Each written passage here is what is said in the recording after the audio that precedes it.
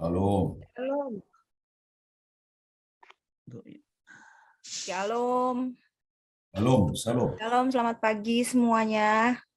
Puji Shalom. Tuhan. Iya, kedengaran ya suara saya ya? Dengar jelas, Bro.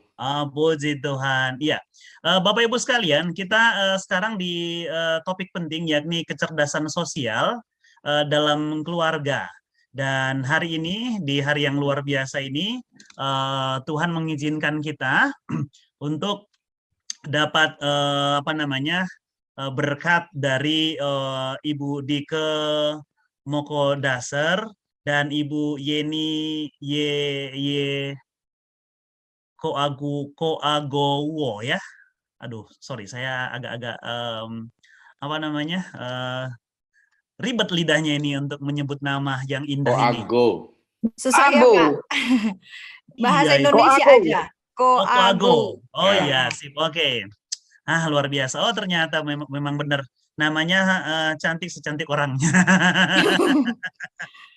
Aduh, ya luar biasa. Ya, saya kira kita langsung saja Bapak Ibu sekalian ya. Dan sebelum kita mulai, kita berdoa dulu.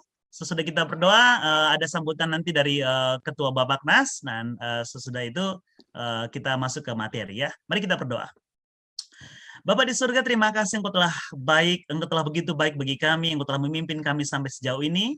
Dan kami bertemu, kami berkumpul dalam ruang meeting ini untuk sharing bersama perihal keluarga yang telah Tuhan titipkan bagi kami, yang juga Tuhan percayakan untuk kami kerjakan, kami lakukan, dan kami garap dalam tanggung jawab pelayanan kami bersama di antara umat-Mu, di tengah-tengah masyarakat, di keluarga-keluarga yang Tuhan karuniakan di seputar kehidupan kami bersama. Doa kami Bapak kiranya Engkau perlengkapi kami dengan dimensi berpikir yang sesuai dengan kehendak-Mu dan mampukan kami untuk dapat melakukan tanggung jawab penting kami untuk menolong keluarga-keluarga dan juga kami dapat membangun keluarga kami yang berkenan dan layak dalam pemandangan-Mu Bapak. Ini syukur kami bersama. Berkati setiap kami, kedua hamba-Mu yang telah Tuhan khususkan, mari Engkau teguhkan dan kuatkan untuk dapat menjadi alat berkat pada hari ini. Di dalam nama Tuhan kami Yesus Kristus. Haleluya. Amin. Amin. Pak Ketua Bapaknas, bisa langsung? Monggo. Ya, shalom. Shalom. Ya, puji Tuhan. Salam sehat bagi kita semua. Yang pertama, saya atas nama Bapaknas Kota Samarinda mengucapkan terima kasih kepada Air Hidup Ministry yang sudah mengadakan kegiatan webinar ini untuk memberkati kita semua. Tadi tidak panjang lebar, yang terhormat Ketua Yayasan atau Air Hidup Ministry, Ibu Dike, dan pimpinan Yayasan Mulia Budi, Bapak Julian Senok, atau yang dihadiri atau diwakilkan oleh Bapak Nixon Butar sebagai Sekum, dan Radio Hotline FM. Ya, Ibu Yohana dan semua hamba Tuhan atau peserta webinar pagi hari ini, dan terutama kedua pembicara kita, Ibu Dike Moko Daser dan Ibu Yeni Koago, yang sudah meluangkan waktu bagi kita untuk berkati kita. Saya pikir ini bukan hal yang baru bagi kita, tetapi ini sangat penting bagi kita untuk terus kita kembangkan ya hubungan sosial di tengah-tengah keluarga, rumah tangga kita, khususnya dalam kesatuan keluarga, karena seringkali terjadi miskomunikasi di dalam sebuah keluarga karena hubungannya kurang baik, kurang bagus. Ya, di luarnya bagus, di rumah tangganya atau keluarga kurang baik. Ya, mungkin itu saja. Jadi saya atas nama Bapaknas, selaku Ketua Bapaknas, mengucapkan selamat mengikuti webinar. Tuhan Yesus memberkati kita semua. Shalom. Puji Tuhan bahwa kehadiran Bapaknas menjadi wujud real bahwa Bapaknas selalu support setiap pelayanan-pelayanan yang dikerjakan bersama-sama ya. Ada lembaga-lembaga mitra seperti Air Hidup Ministry, itu sarana pelayanan yang luar biasa. Dan hari ini kita langsung saja kepada materi-materi kita. Dan mungkin saya persilahkan pertama kali kepada Ibu Dike, lalu kemudian sesudah itu Ibu Yeni. Silakan. Shalom, selamat siang teman-teman semuanya, Selamat hamba-hambanya yang luar biasa. Terima kasih sudah join bersama-sama yang pada webinar hari ini. Saya secara pribadi sangat memberikan penghargaan karena saya tahu bahwa apa yang kita kerjakan, apa yang kita lakukan ini, itu akan berdampak besar di masa depan. Sekurang-kurangnya dalam hidup kita, kita boleh memberikan warisan kepada generasi-generasi berikut, di mana yang paling berdampak atas apa yang akan dapat kita pelajari dan kita lakukan dalam hidup ini, nanti itu akan bermanfaat sekali bagi generasi kita, dan saya harap supaya kita menyadari apa yang kita lakukan ini bukan tidak ada gunanya, selalu ada dampaknya. Kita harus melihat bahwa kata firman Tuhan itu bahwa yang menabur akan menuai. Nah, secara khusus saya di tempat ini pada saat ini tidak bermaksud untuk memberikan, menghakimi atau menjudge apa yang sudah ada dengan materi kecerdasan sosial dalam keluarga. Saya mengakui bahwa saya memiliki kekurangan, keluarga saya memiliki kekurangan akan hal ini, sehingga menyebabkan terjadi masalah-masalah dalam keluarga saya. Dan selama saya memiliki masalah-masalah dalam keluarga saya, tidak ada orang yang membimbing. Tidak ada orang yang bisa memberikan masukan-masukan tentang masalah-masalah yang ada. Biasanya di khotbah-khotbah hanya diberitahu bahwa kita ini harus rukun, kita harus saling mengasihi, kita harus saling membangun, dan hai istri tunduk suami, suami mengasihi istri, dan sebagainya. Tetapi bagaimana supaya kita bisa melaksanakan firman Tuhan itu? Bagaimana caranya? Itu tidak ada penjelasan, tidak ada bimbingan untuk melakukan akan hal itu. Karena kita ini manusia biasa. Kita ini manusia biasa, makhluk reaktif. Dan itu sebabnya terjadi masalah-masalah dalam keluarga saya. Dan ketika kita belajar, kita memahami, dan kita mendapati bahwa ada banyak hal yang perlu kita pahami dalam hidup ini, dibantu dengan alat atau tools yang akan memberikan sumbangsi yang besar dalam hidup kita, secara khusus untuk psikologi. Artinya ilmu yang mempelajari jiwa manusia, bagaimana reaksi-reaksi dalam manusia itu, sehingga kita bisa memahami dan kita bisa melakukan apa yang Tuhan harapkan dalam firman Tuhan. Jadi kalau kita mempelajari psikologi, itu berarti bahwa kita tidak mengganti firman Tuhan. Seringkali orang salah menilai. Kita tidak mengganti firman Tuhan, tetapi psikologi ini sebagai alat untuk kita mengerti dan memahami, bahkan melakukan firman Tuhan itu. Demikian dari saya dulu. Terima kasih, dan saya masuk kepada langsung kepada materi. Mohon saya share screen.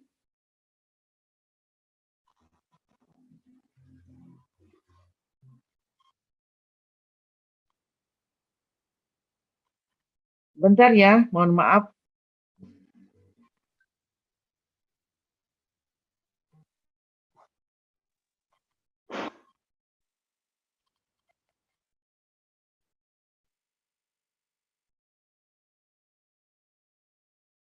Bagaimana? Apakah sudah muncul?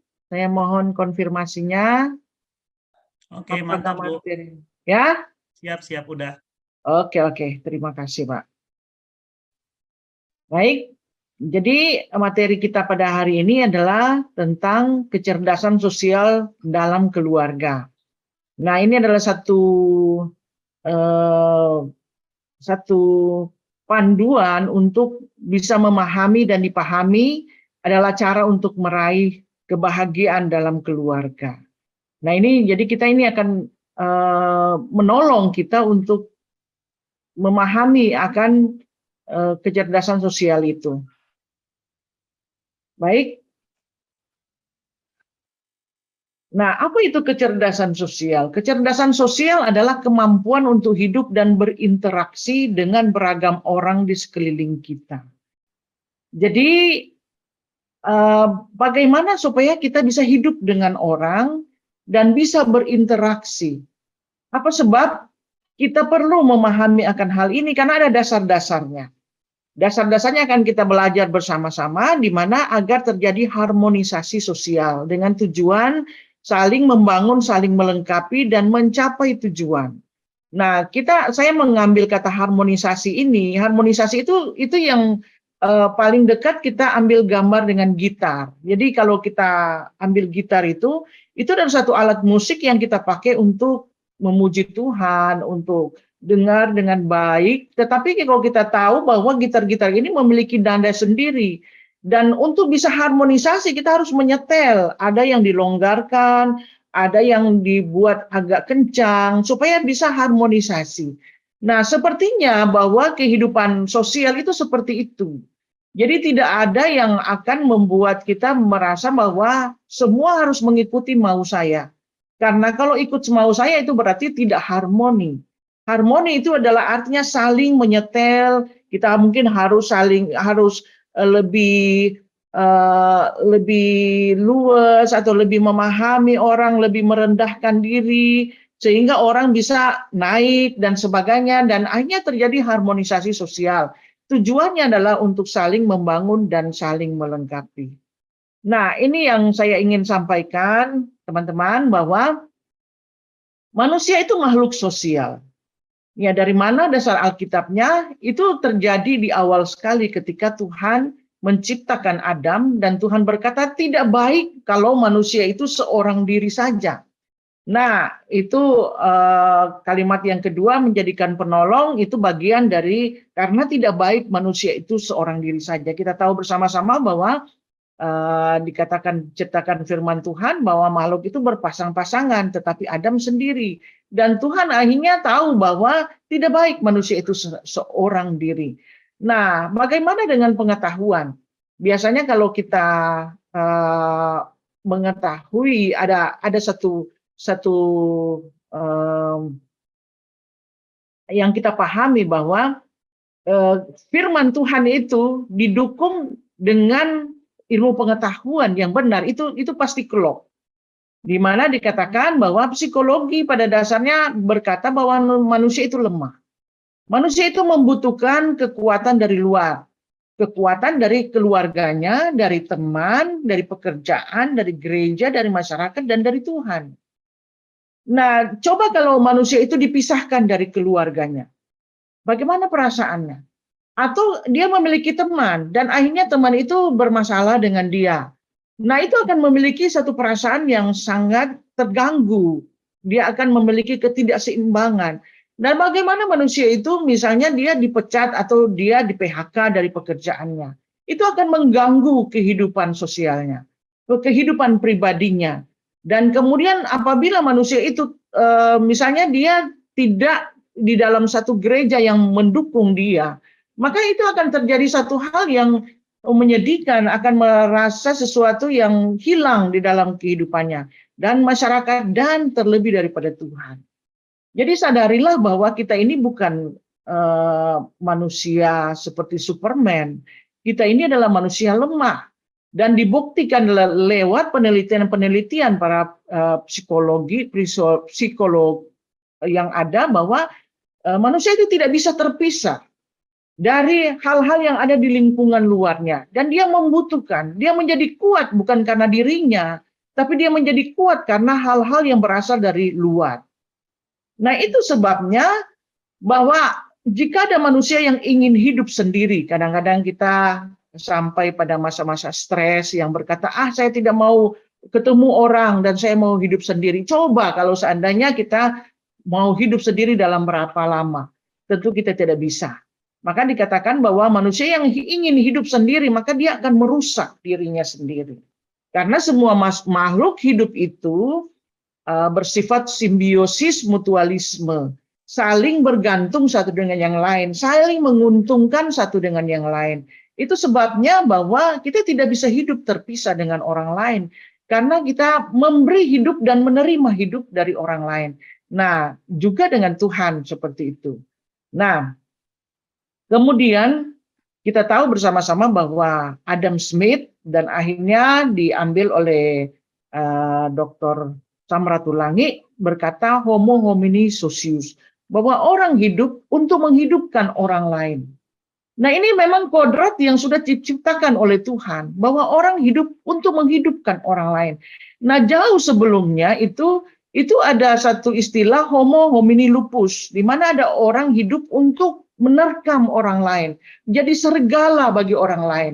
Dan itu bukan manusiawi yang seperti itu, di mana terjadi ada orang yang saling membunuh, saling menjatuhkan dan sebagainya. Manusia tidak akan bisa bahagia apabila dia menggunakan homo homini lupus. Tetapi manusia itu adalah homo homini socius, di mana saling menghidupkan satu dengan yang lain.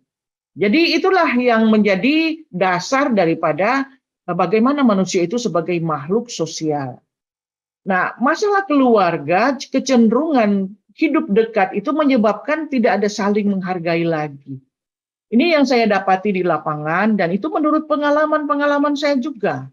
Kalau kita bertemu dengan orang-orang baru, dengan teman-teman baru, kita cenderung untuk menghargai mereka. Ayo silakan duduk, ayo mari minum, ayo mari makan, dan sebagainya. Tetapi kalau kita semakin dekat dengan seseorang, maka kecenderungan kita itu untuk tidak begitu saling menghargai lagi. Nah, itu terjadi di dalam keluarga. Mohon supaya yang bocor suaranya bisa di-mute.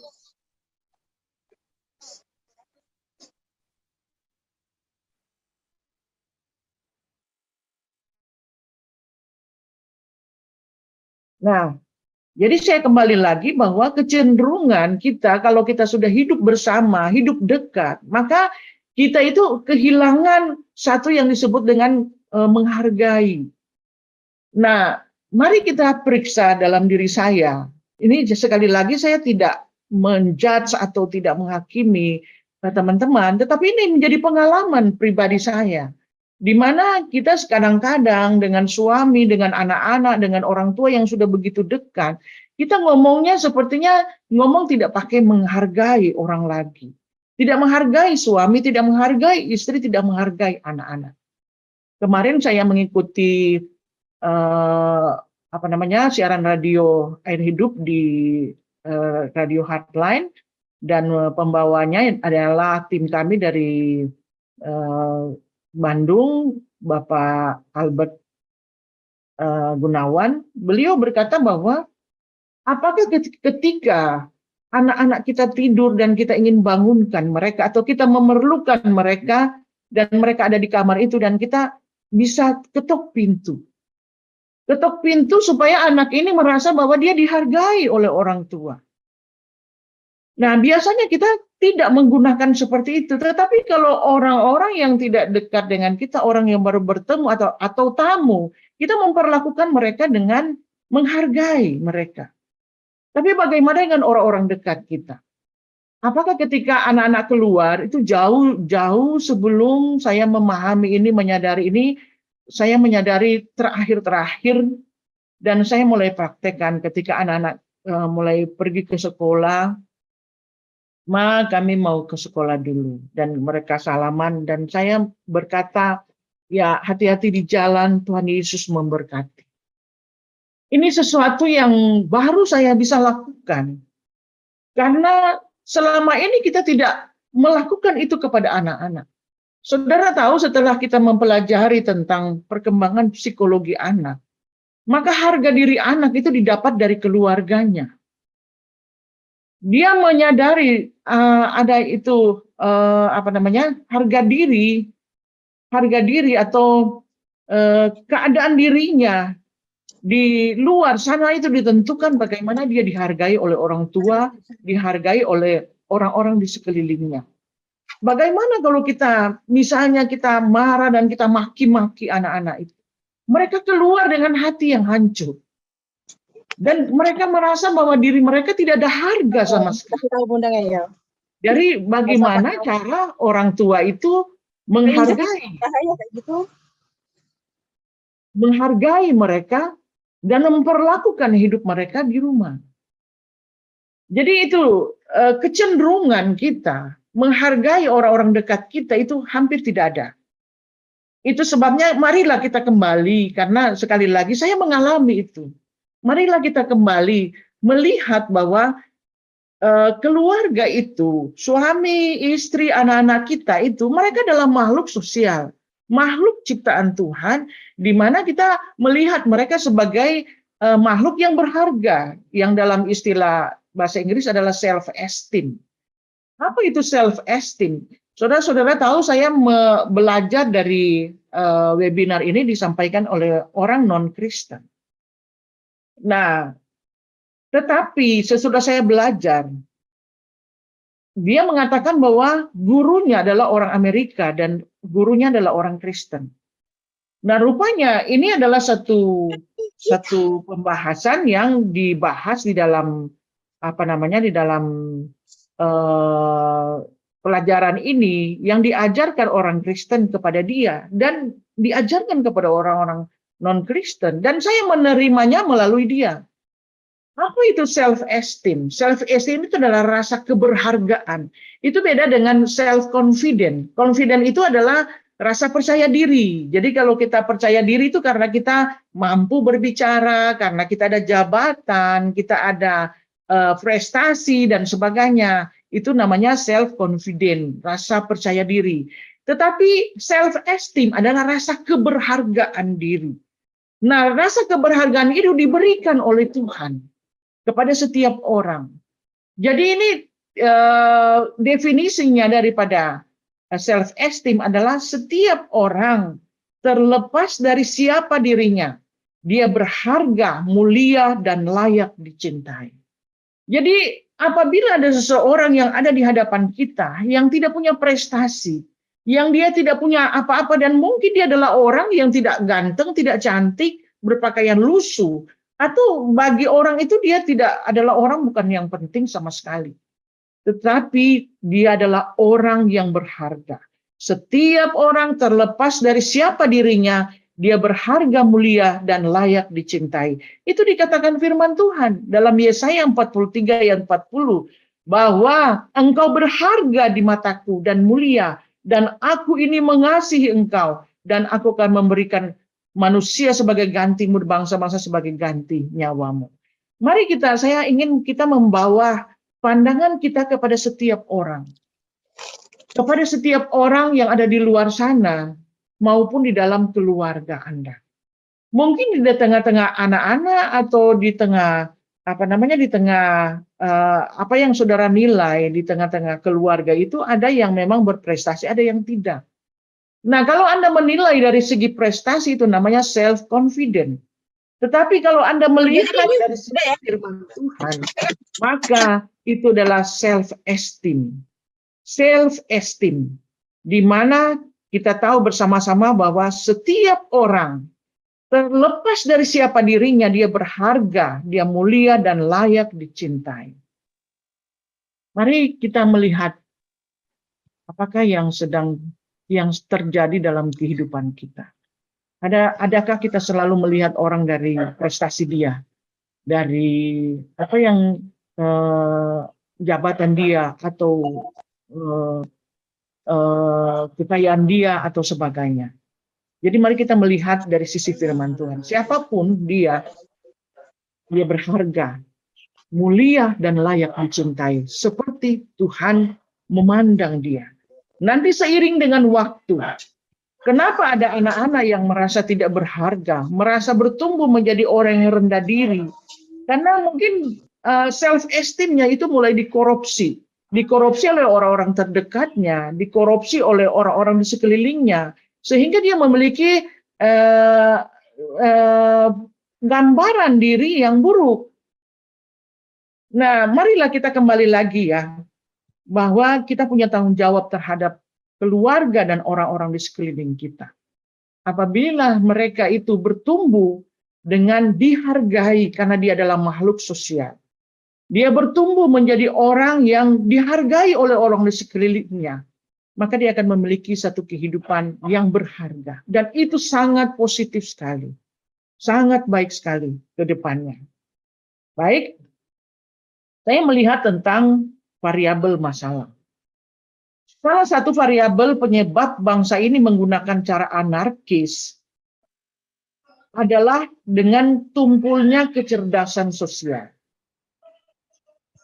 Kenapa tumpul kecerdasan sosial? Karena orang selalu memandang bahwa saya benar dan orang lain salah. Sayalah yang terbaik dan orang yang tidak terbaik dan sebagainya. Sayalah yang tahu dan orang lain tidak tahu. Kemarin pada minggu lalu kita belajar tentang perbedaan, menyatukan perbedaan dalam keluarga. Dalam webinar tersebut, narasumber itu menyampaikan tentang perbedaan-perbedaan itu, perbedaan karakter, perbedaan cara merespon. Karena manusia menciptakan kita, manusia itu berbeda-beda. Dia menciptakan dengan cara berpikir yang berbeda, cara merespon yang berbeda. Dan itu bukan cuma sebagai pembentukan, tetapi ada yang bersifat itu gen, yaitu keturunan. Jadi masih di dalam perut, dia sudah begitu. Sehingga kita melihat bahwa perbedaan yang terjadi itu bukan satu kesalahan. Jadi kalau kita melihat orang lain berbeda dengan saya, di mana saya tidak berpikir sama dengan dia, atau dia tidak berpikir sama dengan saya, bukan berarti bahwa dia salah dan saya benar.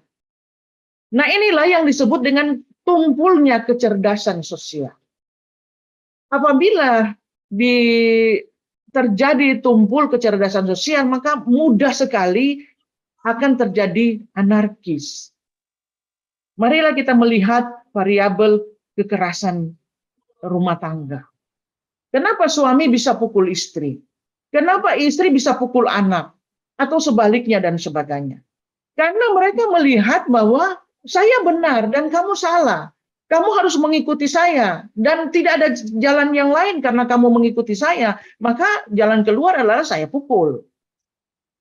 Saya sedih sekali karena ada di dalam pelayanan konseling ada suami yang berpikir bahwa saya kan suami, saya kan kepala keluarga, maka mendidik istri itu tanggung jawab saya. Dan salah satu mendidik istri adalah cemeti, karena di ujung cemeti adalah kebaikan. Saudara, itu saya melihat itu saya sedih sekali.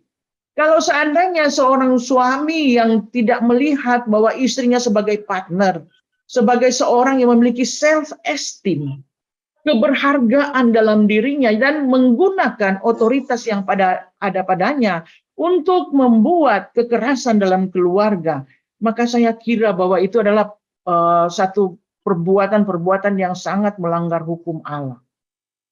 Itu sebabnya dalam Air Hidup Ministry ada satu tema, yaitu kekerasan, perlindungan perempuan dan anak. Karena kami melihat bahwa Tuhan juga tidak setuju tentang kekerasan-kekerasan yang terjadi di dalam keluarga. Dan inilah harus kita mengerti bahwa kenapa terjadi kekerasan dalam keluarga adalah karena tumpulnya kecerdasan dalam keluarga. Oke. Akibat ditimbulkan dari kecerdasan sosial yang tidak terasah, maka individu adalah memberi kontribusi pada perilaku anarkis. Hal ini dikarenakan individu yang kecerdasan sosialnya rendah tidak mampu berbagi dengan orang lain dan ingin menang sendiri. Inilah yang terjadi, tidak jarang terjadi di dalam rumah tangga. Kecerdasan sosial bagi suami, istri, serta anggota keluarga lainnya, anak-anak itu menyebabkan terjadi perilaku anarkis. Dan ini sudah terjadi di mana-mana, saudara-saudara, tidak hanya kepada mereka yang di luar Kristen, di luar Kristus, di dalam gereja. Dalam gereja terjadi kekerasan di dalam keluarga. Jemaat dalam gereja terjadi kekerasan keluarga. Karena yang satu menganggap bahwa dialah yang benar. Dialah yang harus diikuti, dia yang harus dan sebagainya, dan mereka itu pandai untuk menggunakan mengelola ayat Alkitab untuk mendukung akan pikiran mereka. Itu sebabnya Saudara-saudara, sangat penting bagi kita untuk memahami bahwa penting bagi kita untuk memahami tentang kecerdasan sosial. Sekalipun itu adalah anak kita. Saya mengaku bahwa saya membuat kesalahan secara khusus untuk anak saya yang tua. Karena kita masih mewarisi cara-cara orang tua kita yang tidak belajar. Tetapi kita sekarang sudah belajar.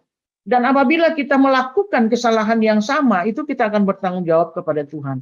Mungkin kalau kita yang dulu ada kesalahan-kesalahan yang kita tidak sadari, yang merupakan warisan orang tua, mungkin kita disuruh Tuhan untuk belajar. Tetapi kalau kita sudah tahu dan kita sengaja untuk tidak melakukannya, maka kita punya tanggung jawab yang besar.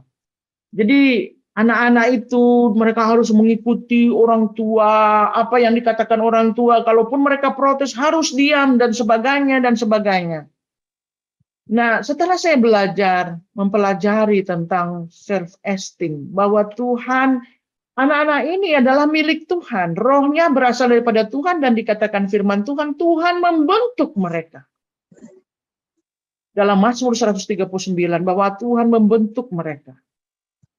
Dan akhirnya jadilah seorang anak-anak yang mungkin mereka memiliki perilaku atau ya dengan kepribadian dan temperamen yang berbeda dengan kita.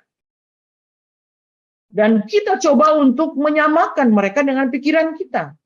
Dan kita coba untuk membuat mereka itu menjadi sama seperti kita. Nah, akhirnya karena kita tidak memiliki kecerdasan sosial, maka terjadilah keributan. Anak-anak mulai berontak, anak-anak lari dari rumah. Kemudian kita mulai membuat kekerasan kepada anak dan sebagainya. Ingat bahwa pemerintah sudah menyampaikan, sudah memberikan hukum kepada kekerasan-kekerasan terhadap anak ini sudah ada hukumnya. Jadi kalau seandainya yang melakukan kekerasan anak itu orang lain, itu ada hukumnya. Tetapi apabila yang melakukan kekerasan terhadap anak ini adalah orang tuanya sendiri, maka hukum itu akan menjadi 2 kali lipat. Nah, pemerintah sudah menyadari akan hal ini, bahwa itu masalahnya bukan karena kita orang tua tidak bertanggung jawab kepada Tuhan, tetapi karena kita sendiri orang tua tidak memiliki kecerdasan sosial, tidak menghargai anak. Itu sebabnya anak-anak itu perlu nanti kita ada webinar-webinar, kita akan mengerti tentang anak-anak kita seperti apa. Dan kita harus memperlakukan mereka seperti apa yang Tuhan sudah buat mereka. Tuhan sudah ciptakan mereka. Jadi mendengar mereka. Nanti ada mungkin paket yang ketiga bulan Juli itu ada webinar tentang perkembangan psikologi anak dan remaja. Jadi kita akan lihat bahwa anak-anak remaja, anak-anak yang mereka akan bertumbuh dengan sifat pemberontakan. Nah, kenapa itu terjadi? Itu karena otaknya memang pada waktu itu memang masa-masa seperti itu, throat soldier namanya, di mana terjadi ledakan yang besar, banyak pertumbuhan yang banyak di otaknya, sehingga otak untuk orang tua itu tinggal sedikit, dan otak untuk teman itu banyak. Sehingga apabila orang tua ingin masuk ke kehidupan anak, maka dia harus jadi teman. Karena kalau orang tua tetap mempertahankan dirinya sebagai orang tua, maka tidak akan masuk di otak anak itu. Nah, itu saya hanya mendahuluinya, saya tidak berbicara itu. Tetapi saya akan membicarakan bahwa kita harus memahami akan anak kita dengan bermacam-macam yang pendekatannya akan kita lihat. Dasar teologi kecerdasan sosial adalah Yesus datang ke dalam dunia dalam sebuah misi perdamaian. Tuhan ingin kita berdamai. Kita hidup rukun antara secara vertikal maupun secara horizontal. Nah, dalam Roma 5 ayat 10 dikatakan, sebab jikalau kita ketika kita masih seteru dan diperdamaikan dengan Allah oleh kematian anaknya, lebih-lebih kita yang sekarang telah diperdamaikan pasti akan diselamatkan oleh hidupnya.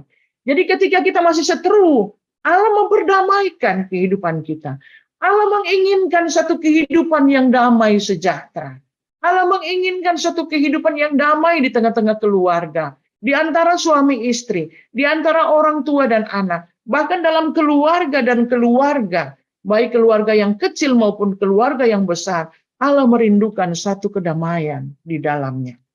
Dan caranya adalah salah satu adalah memiliki kecerdasan sosial. Kemudian Ibrani 12 ayat 14, berusahalah hidup damai dengan semua orang dan kejarlah kekudusan, sebab tanpa kekudusan tidak seorang pun akan melihat Tuhan.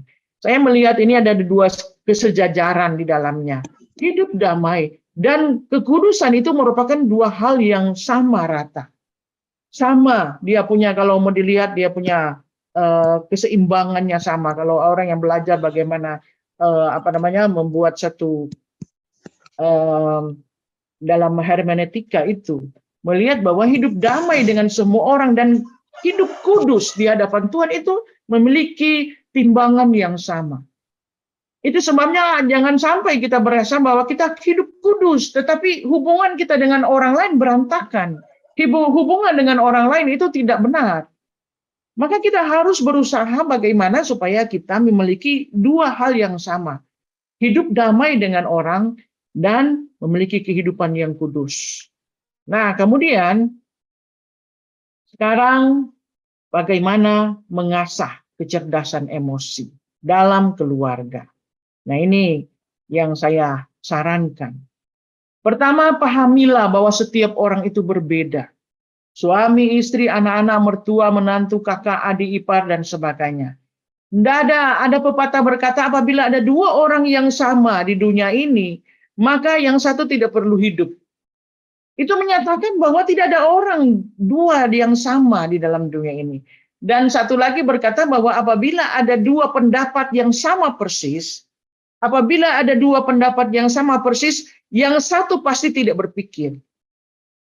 Nah, kita melihat di sini bahwa apabila kita mau hidup sebagai keluarga yang damai, keluarga yang seperti yang Tuhan harapkan, keluarga yang diminta oleh Tuhan untuk hidup damai, maka kita harus paham bahwa suami dan istri itu tidak sama. Orang tua dengan anak tidak sama. Keluarga besar dan keluarga kecil itu tidak sama. Mertua dan sebagainya. Pahami bahwa kita berbeda. Jadi kalau kita bercakap dan ada satu pendapat yang berbeda, jangan marah. Biasanya orang-orang tua kita dulu begitu. Kalau ada yang berpendapat berbeda, nah coba cari tahu. Maumu apa sih? Jadi kalau kita mau pergi jalan hari ini, mau liburan ke pantai Balikpapan. Itu yang bagiannya ayah bertimbangan di bawah. Senangan nih. Nah, kemudian yang satu akan berkata, saya tidak mau pergi. Nah, biasanya kita akan langsung bereaksi. Kenapa begitu? Dan sebagainya. Nah, mari kita dekati dulu. Dan mari kita tanya, kenapa tidak mau pergi? Apa yang dia mau, dan sebagainya. Nah, itu yang dikatakan bahwa kita harus mengerti bahwa keluarga itu berbeda. Satu dengan yang lain itu berbeda dan tidak sama. Kemudian yang kedua adalah milikilah kecerdasan emosi. Jadi kecerdasan sosial dan kecerdasan emosi itu sangat berhubungan dekat, yaitu pengendalian diri. Teman-teman, saya belajar di dalam bagaimana otak kita berespon. Nah, kita tahu bersama-sama bahwa kita punya otak logis yang prefrontal cortex di depan otak. Kalau saudara sentuh ini yang di dahi kita itu adalah otak logis, otak yang berpikir. Tetapi kalau saudara belajar bahwa ada otak yang namanya amigdala. Amigdala itu adalah semacam kacang polong, dia ada di tengah otak kita itu. Dia itu adalah otak emosi. Otak emosi dan otak yang menyimpan tentang memori-memori yang ada. Ketika seseorang berhadapan dengan situasi yang di luar, atau dia berhadapan dengan orang lain, atau dia berhadapan dengan peristiwa, yang bereaksi bukan otak logis. Yang pertama-tama bereaksi itu bukan otak logis. Tapi yang pertama-tama bereaksi itu adalah otak amigdala itu. Otak emosi yang bereaksi pertama-tama. Itu sebabnya saudara-saudara yang kekasih di dalam Tuhan, kita melihat kenapa sebetulnya Tuhan menciptakan seperti itu. Sebenarnya ada maksudnya, yaitu ketika kita melihat anjing gila, kita bisa lari. Ketika kita berhadapan dengan bahaya, kita bisa melarikan diri untuk supaya kita bisa menyelamatkan diri. Tetapi dalam hubungan dengan sesama, apabila kita mendapati ada suami atau istri atau anak-anak, mereka cara perilaku mereka atau kata-kata mereka menyakitkan, maka yang akan bereaksi itu bukan otak logis. Yang pertama-tama bereaksi adalah emosi. Itu sebabnya banyak terjadi masalah-masalah yang kecil kemudian menjadi besar karena masalah emosi. Emosi, karena ada orang-orang yang ketika membicarakan tentang soal kecil makanan, soal kecil tentang pakaian, soal kebutuhan hidup, itu mulai dengan kata-kata yang kasar. Kenapa makanan ini tidak enak? Kenapa makanan ini penuh dengan garam, asin, dan sebagainya? Istri yang sudah lelah itu tidak akan merasa bahwa oh suami saya ini dia sudah lelah dari kantor dan dia akan makan makanan yang enak. Dia tidak terpikir seperti itu dulu. Yang akan bereaksi pertama adalah emosi dia. Makanya ketika suami berkata sedemikian, maka dia akan langsung menjawab dengan perkataan emosi. Maka jadilah dua orang yang emosi merasa diri dua-dua benar. Si suami merasa bahwa dia itu sudah lelah dari kantor, makan makanan asin, sedangkan istri merasa bahwa dia sudah ada di rumah dan lelah bekerja, dan itu mungkin karena anaknya rewel, makanya dia menambah garam 2 kali. Dia merasa seharusnya suami mengerti saya, dan terjadilah masalah yang besar. Jadi sekali lagi bahwa masalah itu ada bisa dibereskan, tetapi bagaimana dulu? Ingatlah ketika saudara berhadapan dengan orang atau saudara akan berhadapan dengan orang di keliling Anda, keluarga Anda, yang akan dinilai pertama-tama adalah emosinya. Jadi bukan berarti tidak boleh memberi masukan atau memberikan perbaikan dan sebagainya, bukan. Tapi caranya dulu seperti apa? Contohnya misalnya, wah makanannya ini pasti mama atau ibu sudah buat bagus. Ya ini juga bagus. Lihatlah yang tidak asin dulu, yang diberitahu ikannya ini enak dan sebagainya. Otomatis emosinya sudah siap untuk dia tidak berjaga-jaga lagi, tidak defense lagi dengan emosinya ketika berkata, ya lain kali ya, ini sayurnya tidak terlalu asin, mungkin mama salah taruh ya. Nah itu akan menyelesaikan masalah, karena emosinya tidak dipancing untuk bekerja. Nah ini bukan cuma dalam keluarga, dan ketika kita berbicara pun kepada siapa saja, nah jangan pancing emosi dulu. Kalau sudah pancing emosinya, otaknya tidak akan jalan. Otaknya tidak akan berfungsi sampai emosinya reda. Kadang-kadang emosi seseorang itu butuh waktu yang lama bisa reda. Dan itu tersimpan di dalam amigdala. Dia tersimpan dalam memorinya di tengah-tengah otak ini, sehingga dia akan mengingat-ingat itu. Bahwa saya sudah dibentak, saya sudah digini, dan sebagainya, dan sebagainya. Saya mengalami, dan itu pengalaman saya yang lalu. Sehingga saya merubah cara saya. Apabila saya ingin memberi masukan kepada orang, saya tidak akan memancing emosinya dulu. Kalau saya sudah pancing emosinya, maka otaknya pasti tidak akan jalan. Dan itu pasti terjadi pertengkaran.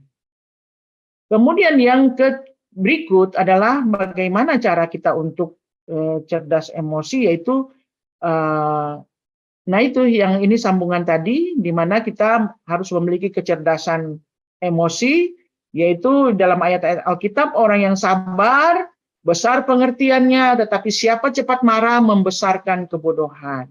Orang yang sangat cepat marah akan kena denda, karena jika engkau hendak menolongnya, engkau hanya menambah marahnya.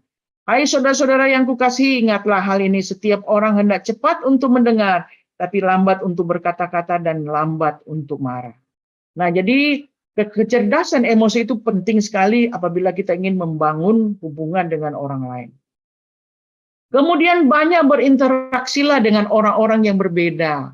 Kalau kita selama ini berinteraksi dengan orang yang sama, Misalnya orang yang senang-senang semuanya, ya coba carilah kepada orang yang mudah sedih dalam sisi temperamen. Jadi kalau kita memiliki satu komunitas yang homogen, maka kita akan semakin diperkaya. Oh, orang ini dia cara bereaksi begini, oh dia modelnya seperti itu. Kita tidak bisa hidup dengan orang yang sama. Nah, saya itu adalah sifat orang koleris. Nah, saya sebenarnya tidak begitu suka dengan sifatnya saya ini, tetapi Tuhan sudah membuat saya seperti itu. Kalau saya hanya hidup dengan orang koleris, lama-lama saya juga akan bosan. Saya juga akan tidak suka dan sebagainya. Maka marilah kita untuk bersosialisasi dengan orang yang berbeda. Orang yang gereja lain, cara berpikir mereka beda. Doktrinnya lain, kita cara berpikirnya berbeda dan sebagainya. Nah, saya mengikuti satu penulisan buku antologi namanya. Jadi penulisan buku ini adalah penulisan yang kita mau membahas tentang Sungai Mahakam. Nah, itu bisa ditulis oleh orang Samarinda. Karena dia mengenal betul tentang Sungai Mahakam. Tetapi antologi adalah, mari kita cari orang dari luar, misalnya orang Balikpapan, yang akan menulis dengan pandangan dia tentang Sungai Balikpapan. Karena pasti berbeda cara dia menulis, karena dia bukan orang Samarinda. Nah, kemudian kita cari orang yang dari luar daerah. Dia akan menuliskan tentang Sungai Mahakam seperti apa. Itu pasti berbeda-beda. Dan itu antologi itu akan memperkaya cara kita melihat sesuatu. Jadi kalau kita melihat satu hal dalam objek yang kita lihat itu, mari kita coba melihat melihat dengan cara pandang yang berbeda-beda. Sebab Aristoteles berkata bahwa pandangan kita itu masih bentuk probably, atau bisa salah, bisa benar. Maka untuk mendapatkan satu kesimpulan, kita perlu menanyakan itu kepada beberapa orang. Menaruh apa objek itu di hadapan beberapa orang, dan orang menilai itu bersama-sama. Itu sebabnya kenapa kita perlu rapat.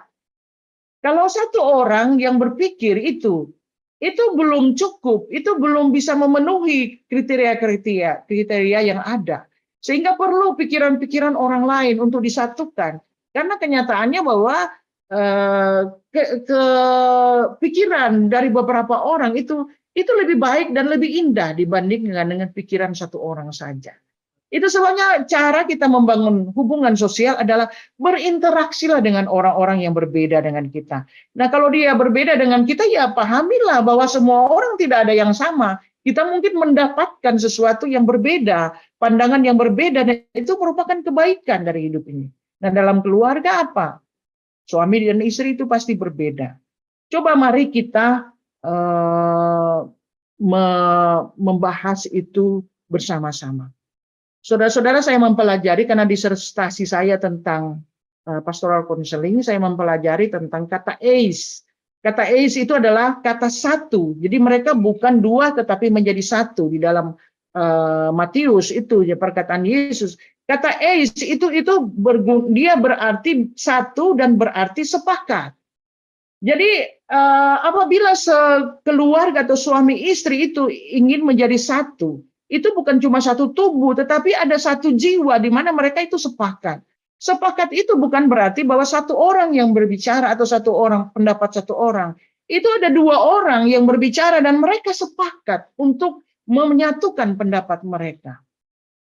Saya merasa sedih karena ada kepala-kepala keluarga karena mereka merasa mereka adalah seorang pemimpin keluarga, kepala keluarga, dan mereka mengabaikan pendapat istri, mengabaikan pendapat anak-anak, sehingga yang jalan adalah pikiran dia sendiri, dan itu bukan eis, itu bukan satu, tetapi setiap apa yang kita lakukan dalam hidup ini, mari kita sepakat, karena itu yang disebut dengan mereka bukan dua, tetapi menjadi satu. Nah, kemudian anak-anak juga, anak-anak perlu diberikan diberikan pengertian tentang kata sepakat itu.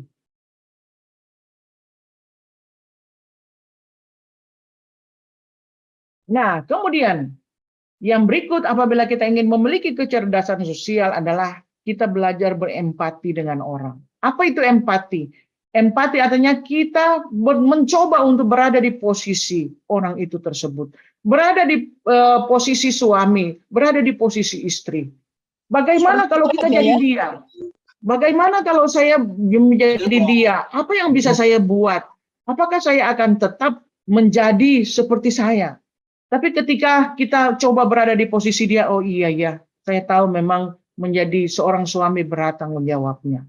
Atau menjadi seorang istri memang berat tanggung jawabnya. Dan artinya empati itu adalah kita coba pakai sepatu dia dan rasakan dalam hidupnya. Nah, ini adalah satu gambaran yang mungkin bisa memberikan gambaran kepada kita bahwa empati adalah menempatkan diri pada posisi orang lain dengan melihat dari sudut pandangnya. Nah, ini berkata ini 4, tapi ini berkata ini 3. Dan bagaimana kita bisa menyalahkan kalau dalam pandangan mereka melihat itu adalah benar. Maka kita belajar untuk mengerti, oh saya coba lihat dari pandanganmu. Kenapa kamu berpandang begitu? Ingat bahwa manusia ini kompleks.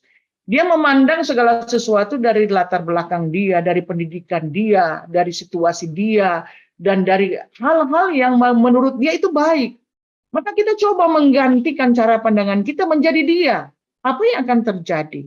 Nah, jadi kecerdasan sosial itu perlu ada empati. Kemudian jangan menghakimi. Inilah yang menjadi sangat percakapan itu putus, komunikasi bisa putus apabila kita sering menghakimi orang lain. Tapi menilailah dari pertanyaan-pertanyaan yang ada. Jadi apabila kita ingin merubah pandangan orang, misalnya dia berkata bahwa dia tidak suka. Nah, ini ada contoh-contoh pertanyaan ya. Nah, lebih baik kita daripada kita menghakimi, mari kita eksplorasi pikiran, perasaan, dan pengalaman dia. Contohnya misalnya, apakah yang Anda pikirkan ketika membiarkan saya menunggu di meja makan malam hari ini? Saya tunggu suami saya. Sudah jam 9, dia tidak datang, dan saya menunggu dia 2 jam. Dia tidak datang, dan ketika dia datang, saya akhirnya menyerang dia dengan emosi. Langsung berkata, dari mana? Dan mulai kumpullah satu pernyataan yang menyakiti dia, supaya dia itu istilahnya kita meluapkan kemarahan seperti itu.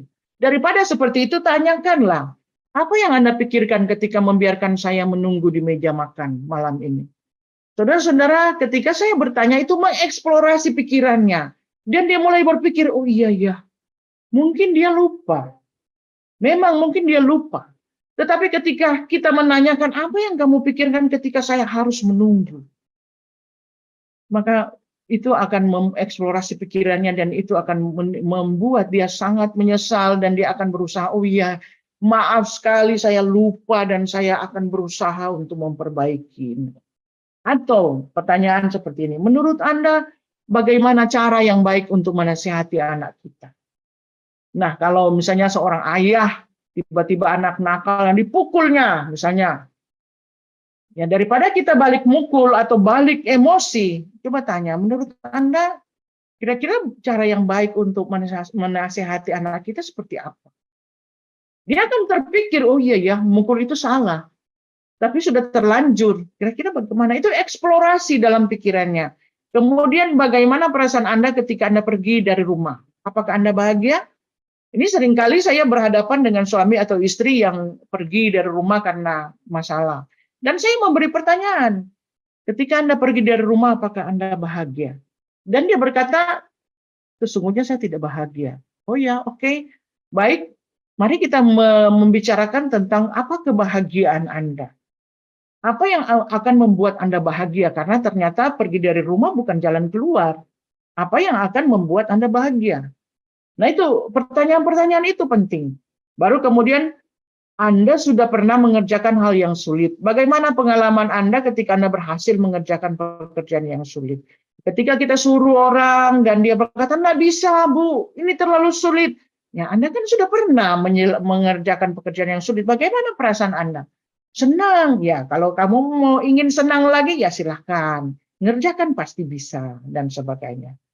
Oke, kemudian hal yang berikut adalah supaya ada kecerdasan sosial, adalah milikilah kemampuan berbicara dengan etika dan moral. kemampuan dan etika yang moral itu bersifat persuasif dan asertif. Persuasif adalah membuka pikiran dia. Nah, itu tadi termasuk salah satu adalah untuk eksplorasi pikiran, bertanya itu membuka pikiran dia. Dan asertif adalah satu komunikasi yang tidak menyakiti hati orang. Nah, seperti saya berkata bahwa apabila kita sudah menyakiti hati orang, emosinya sudah terpancing. Susah dia mau berubah. Karena itu emosi perlu waktu untuk turun. Atau mungkin dia tidak akan mau mendengar lagi karena ada memori yang sudah menangkap ibu ini, bapak ini, istri saya, suami saya ngomongnya seperti itu. Maka berusahalah untuk berkomunikasi asertif. Artinya komunikasi kita tidak ditandai, tidak disampaikan dengan menyakiti hati orang. Nah, ini disampaikan juga kepada pemerintah dalam pendidikan guru dan sebagainya. Nah, ya, jadi ini yang tadi. Kemudian kepemimpinan bukanlah kecakapan memainkan pertunjukan atau kediktatoran. Kepemimpinan adalah penata layanan dan kemitraan.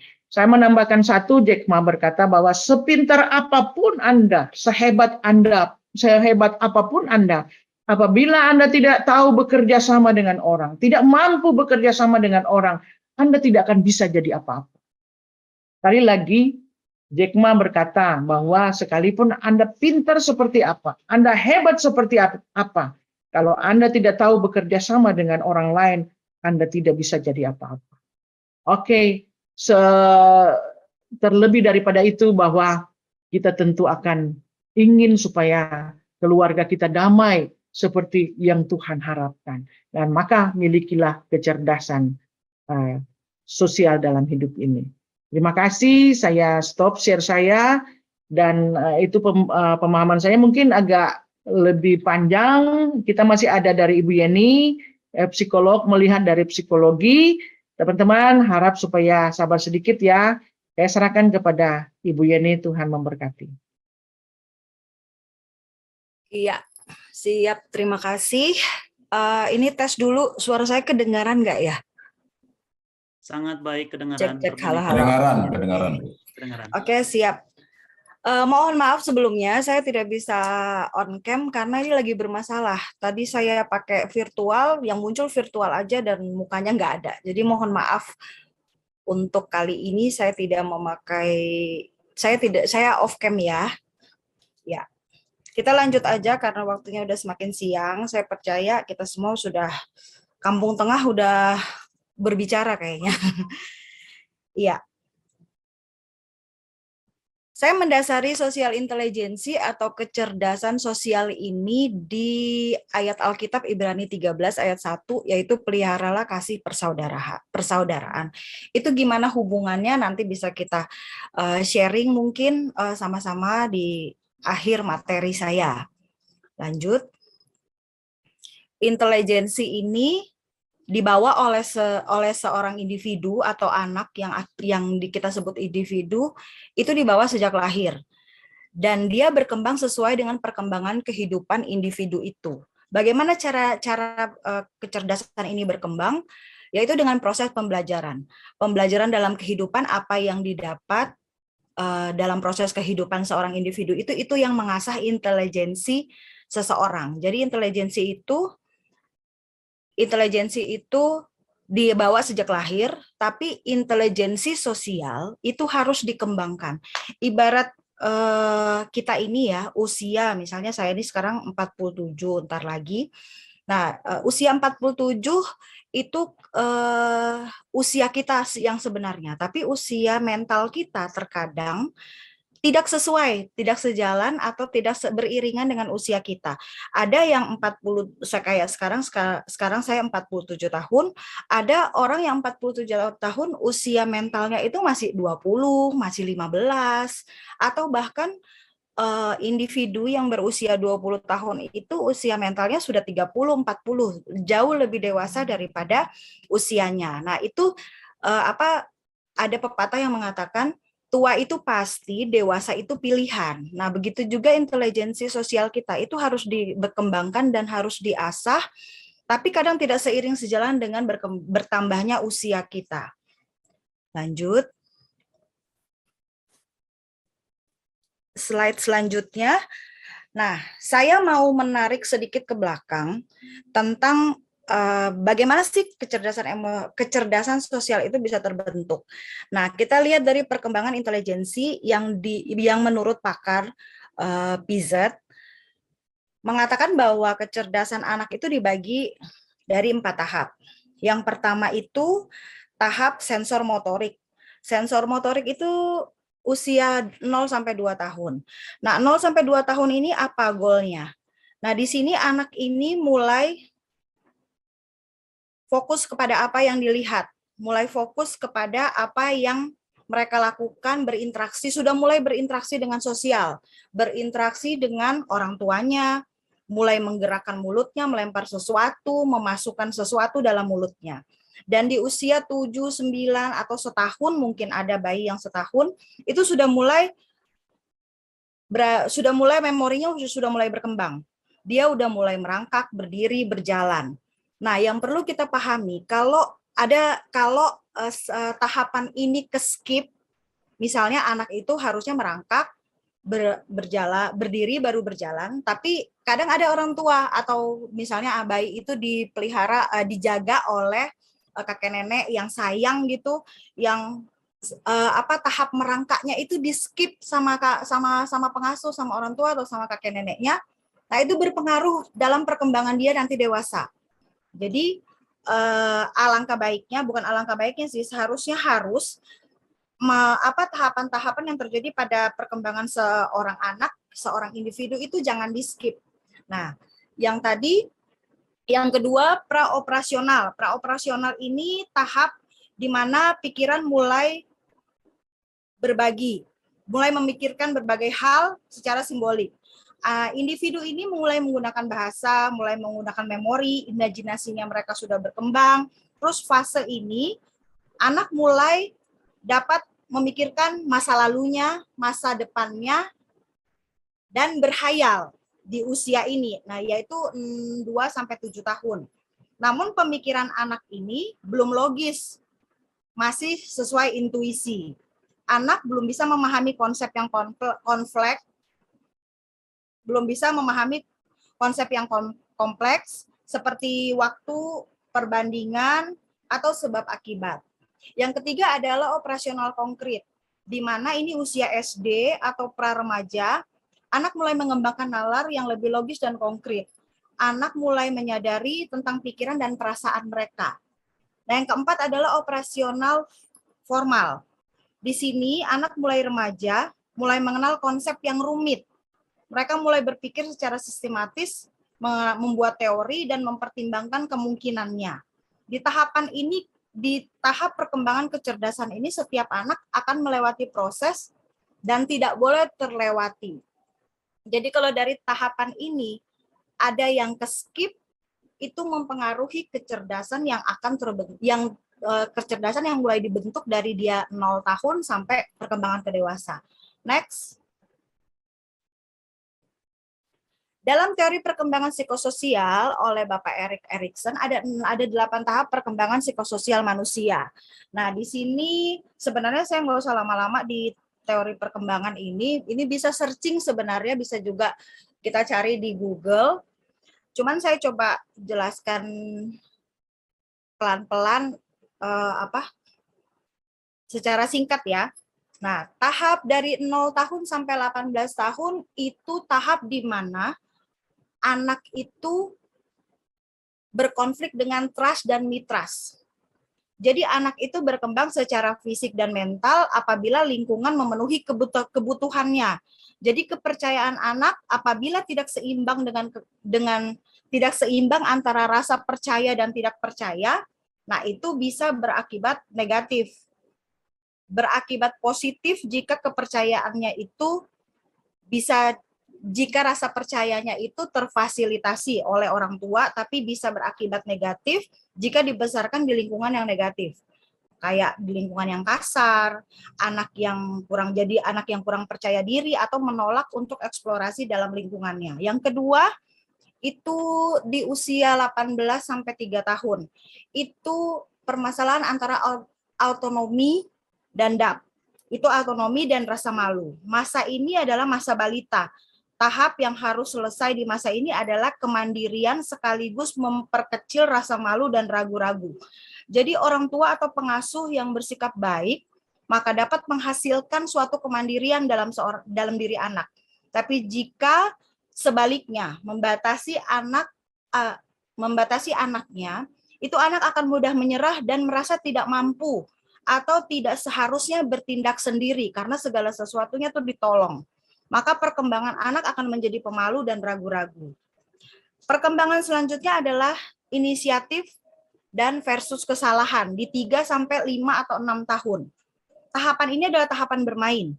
Tugasnya adalah belajar untuk mempunyai inisiatif atau gagasan tanpa banyak melakukan kesalahan. Jadi kalau anak bermain ya jangan disalahkan, jangan salah kamu main itu, salah kamu kotor, bajunya nanti kotor begini-begini. Nah, itu tahap bermain yang sedikit melakukan kesalahan. Bermain adalah masa di mana anak ingin belajar untuk mampu menghadapi tantangan dunia luar dan mempelajari kemampuan-kemampuan baru. Juga merasa memiliki tujuan. Sikap inisiatif merupakan usaha untuk menjadikan sesuatu yang belum nyata itu menjadi nyata.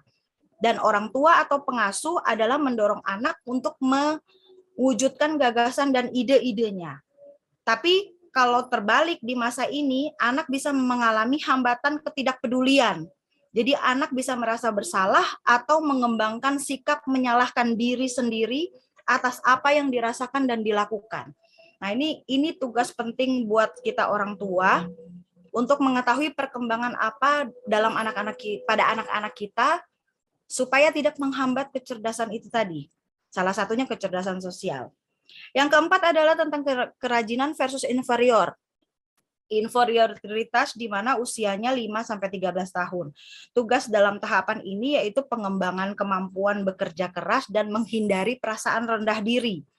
Area sosial anak ini mulai bertambah dari keluarga, lingkungan, sekolah. Tahap ini tahap menumbuhkan kompetensi, terbentuknya berbagai keterampilan. Keberhasilan yang diraih di tahap ini yaitu rasa percaya diri. Rasa percaya diri anak dibentuk rasa percaya diri anak di dalam tahap ini mulai terbentuk. Kalau mengalami kegagalan akan terbentuk yang namanya inferioritas. Selanjutnya, identitas dan kekacauan di mana usia 13-20 tahun. Tahap ini berakhirnya masa puber seorang anak. Pencapaian identitas pribadi dan menghindari peran ganda. Di masa ini, tingkat identitas ego harus tercapai, yang artinya adalah mengetahui siapa dirinya dan bagaimana cara seorang terjun ke masyarakat. Ini di usia ini.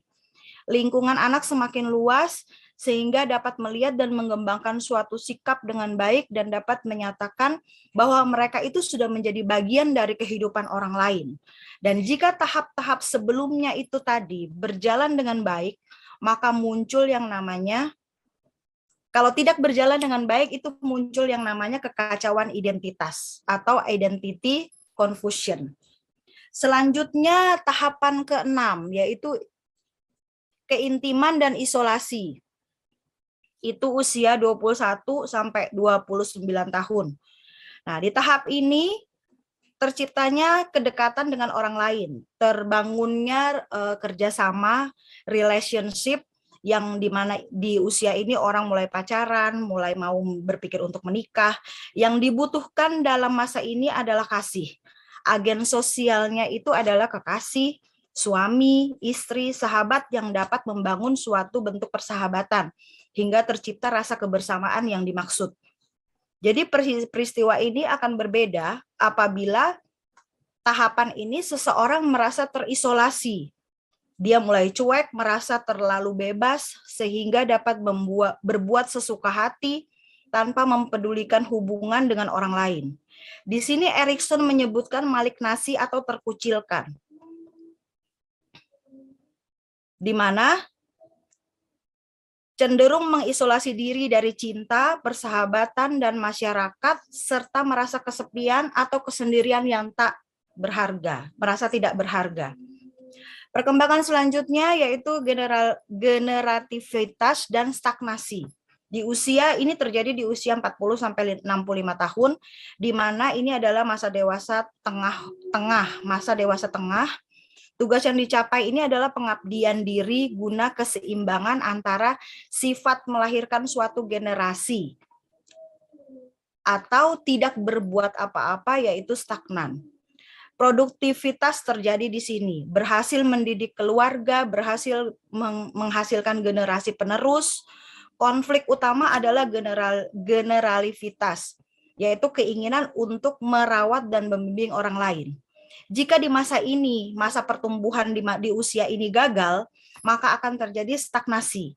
Perhatian yang berlebih kepada diri sendiri dan perilaku berusaha untuk merusak anak-anak atau masyarakat.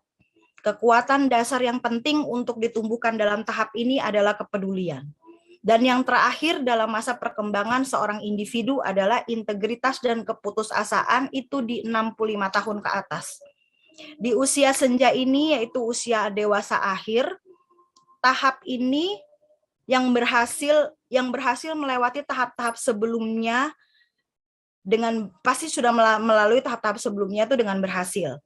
Dan di masa ini mulai mengalami penurunan fungsi kesehatan, mulai suka merasa cemas, dan tugas di sini di usia ini adalah integritas dan berusaha menghilangkan putus asa atau kekecewaan. Konflik utama yang terjadi di tahap ini adalah integritas ego dan keputusasaan. Kekuatan yang dibutuhkan pada usia ini adalah hikmat dan kebijaksanaan. Next.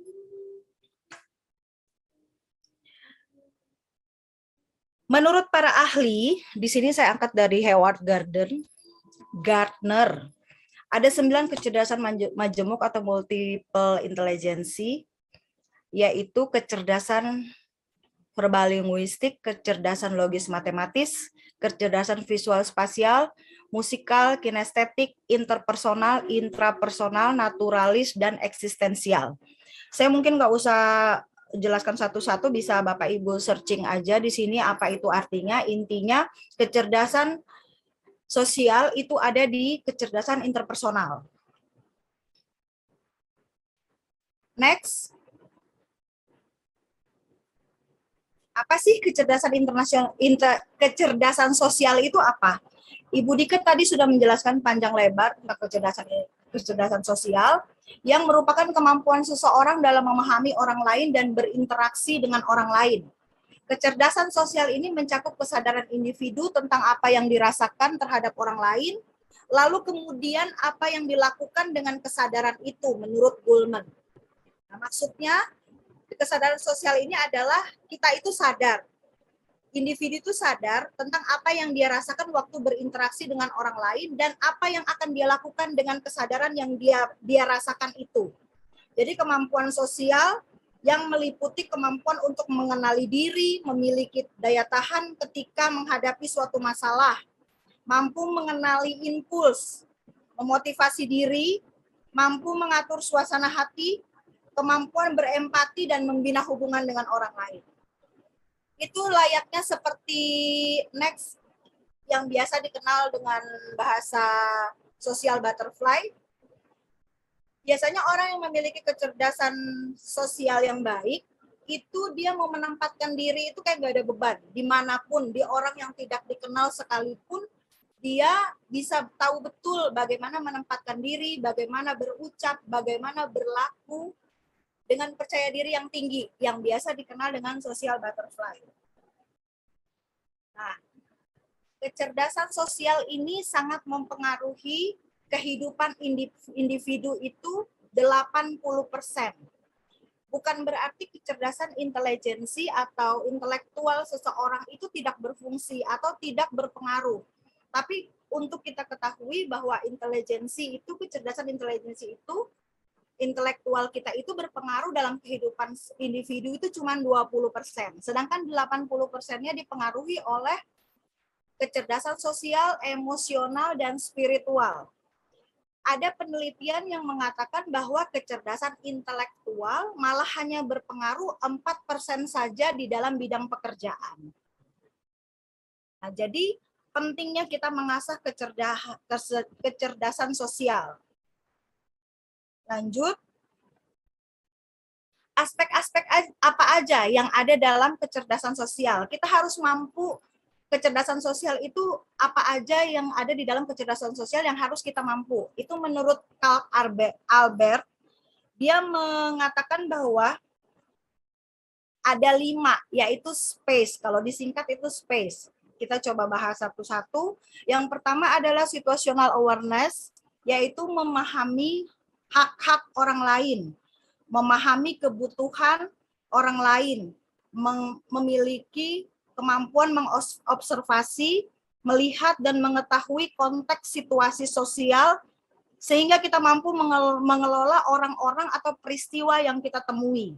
Contoh ya, saya kasih contoh di sini, orang yang ngobrol atau berteriak di ruang perpustakaan atau di dalam gereja.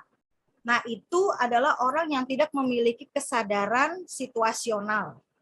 Nah, itu tadi tentang situational awareness. Yang kedua adalah P, present.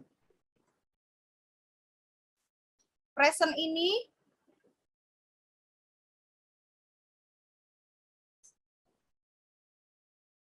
bicara tentang kemampuan membawa diri. Kemampuan kita menyesuaikan diri dalam lingkungan dan bagaimana kita melakukan sesuai situasi lingkungan tersebut. Contoh, kita ke kampus, bagaimana kita membawa diri, kita pergi ke kampus, pakaian apa yang sesuai pada saat kita ke kampus, atau pada saat kita ngobrol dengan orang tua, bahasa apa yang harus kita sampaikan ke orang tua, dan saat kita ngobrol dengan anak-anak, bahasa apa juga yang kita obrolkan ke anak-anak yang kita hadapi, yang ada di sekitar kita. Bukan bahasa orang tua, kita terapkan ke anak-anak yang anak-anak kemampuannya belum memahami bahasa orang tua. Itu salah satu contoh. Yang ketiga adalah attitude. Attitude atau sikap ya, sikap yang jujur dan dipercaya. Mampu bagaimana kita bersikap jujur dan dapat dipercaya saat diberikan kepercayaan.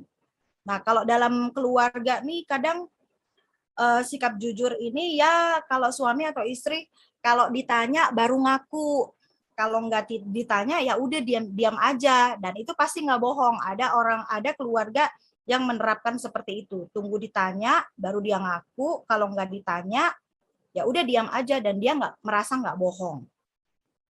Nah, yang keempat adalah charity. Charity ini kemampuan mengajak dan meyakinkan seseorang, yaitu sejauh mana seseorang itu mampu menyampaikan gagasan dan ide-ide secara persuasif, sehingga orang lain bisa menjelaskan metode yang kita terapkan itu kepada orang lain lagi.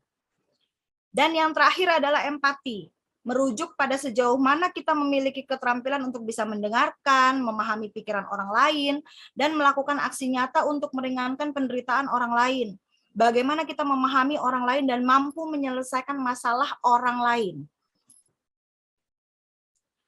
Jadi kecerdasan sosial ini adalah orang yang mampu menempatkan diri dalam kelima aspek tadi.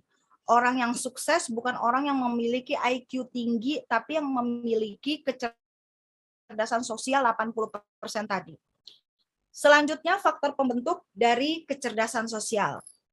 Itu dalam teori Goleman ada 3, yaitu keluarga, ekonomi, dan teknologi. Kenapa keluarga itu membentuk menjadi salah satu faktor kecerdasan sosial? Karena keluarga adalah tempat individu pertama belajar tentang kehidupan sosial. Dalam keluarga seorang belajar tentang norma-norma dan perilaku. Pengalaman berinteraksi dengan keluarga menjadi awal dan pedoman sebagai tolak ukur kita untuk berinteraksi dengan masyarakat. Di keluarga ini adanya pola asuh, pendidikan, keutuhan keluarga, dan sikap orang tua sebagai role model yang diterima anak itu sangat berpengaruh dalam nantinya anak berinteraksi dengan masyarakat. Di sini penting orang tua memahami masa-masa perkembangan yang saya sudah paparkan tadi di depan. Seorang orang tua atau pengasuh harus tahu perkembangan seorang anak yang nantinya akan berinteraksi dengan lingkungan dan masyarakat. Keluarga yang memiliki waktu untuk berkumpul atau memberikan kasih sayang menyebabkan anak memiliki emosi yang positif terhadap keluarga, sehingga memudahkan anak untuk bersosialisasi dan memiliki hubungan yang positif dengan orang lain. Yang kedua adalah ekonomi. Status ekonomi itu sebenarnya bukan faktor mutlak ya, yang membentuk perkembangan sosial anak. Hal ini tergantung sikap dan interaksi orang tua dalam keluarga. Namun memang memiliki kesempatan bagi anak yang memiliki status ekonomi yang tinggi akan lebih mudah untuk memiliki kesempatan untuk mengembangkan potensi dalam diri mereka. Dan status ekonomi yang rendah, yang lebih rendah, akan memiliki tekanan ekonomi yang membuat orang tuanya lebih lama menghabiskan waktu untuk bekerja, sehingga sedikit waktu untuk berinteraksi dengan anak. Jadi itu harus ada solusi bagaimana cara memiliki waktu yang baik dan banyak untuk berinteraksi. Dan yang ketiga adalah teknologi. Teknologi ini anak yang sering nonton tayangan TV, anak yang sering dibiarkan supaya tidak mengganggu orang tua, sering dibiarkan main game yang tidak dibatasi, main handphone, main gadget, apalagi sekarang dunia gadget, dunia digital, dan itu kayaknya pengasuhan anak tuh lebih diarahkan ke digital.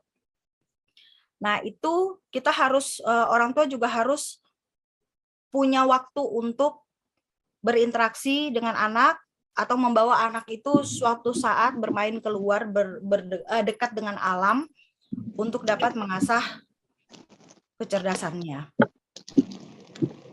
Dan yang next,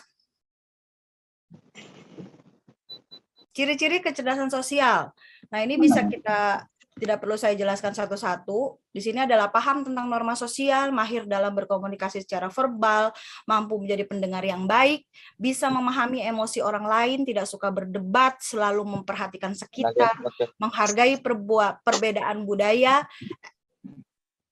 active listening, dan next.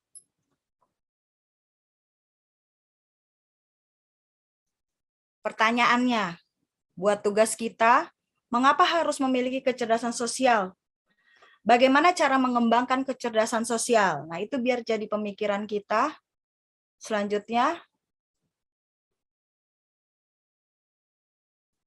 yang bisa saya simpulkan dari pemaparan saya adalah kecerdasan sosial ini berpengaruh terhadap perkembangan otak yang mendukung kemampuan dan kepintaran dalam hal-hal yang berkaitan dengan situasi sosial yang rumit, yang merupakan tuntutan dalam pergaulan. Kecerdasan sosial mampu menjadi solusi efektif meredam perilaku anarkis. Dan seseorang yang kecerdasan sosialnya tinggi bukan berarti lebih baik dari kecerdasan sosial yang rendah. Itu hanya membedakan dalam perilaku, harapan, minat, dan keinginan seorang individu. Next. Terakhir, ini ada kata-kata bijak. Suara kecerdasan adalah suara yang lembut, tetapi tidak akan berhenti sampai ia memperoleh pendengaran. Nah, orang yang sudah bertobat, orang yang tahu Tuhan, orang yang takut akan Tuhan, pasti, saya yakin pasti memiliki kecerdasan. Kecerdasan yang multiple intelijensi yang 9 tadi. Itu tidak harus dengan suara keras. Kecerdasan itu adalah suara lembut seperti suara Roh Kudus yang akan terus mengiang-ngiang di hati kita untuk mengingatkan kita, oh ini salah, oh ini kayaknya bukan begitu, oh ini, dia lembut. Sampai kita kalau memang betul kita memiliki Roh Kudus di dalam diri kita, kita pasti akan mendengarkan itu. Selanjutnya, makin tinggi suara, makin kecil kecerdasan. Iya, sampai di sini pemaparan saya. Kita sama-sama belajar.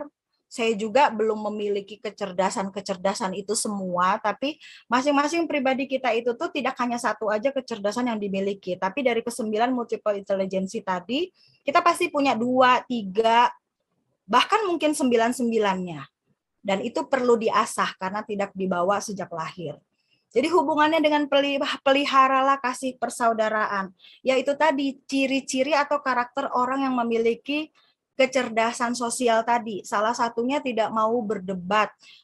Berdebat itu akan menimbulkan emosi yang seperti Bu Dike tadi bilang, memicu emosi, dan kasih persaudaraan itu bisa hilang karena emosi yang tidak terbendung kalau ada selisih pendapat.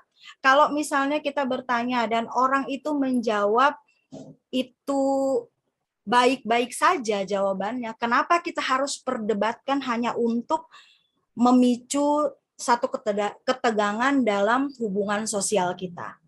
Nah, itu saja, sekian pemaparan saya. Terima kasih.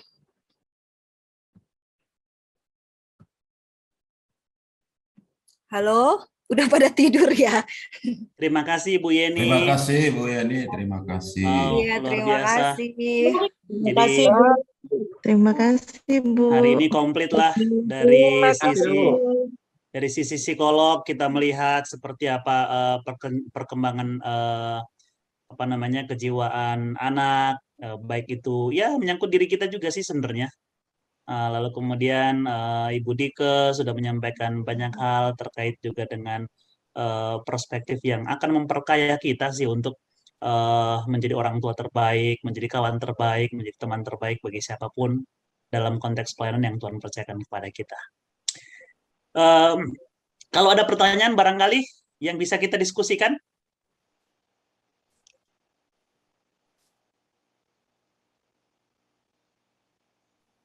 Oh, tak ada. Mungkin kalau nggak ada yang 2 pertanyaan saya tadi bisa mewakili. Mengapa harus memiliki kecerdasan sosial? Oke.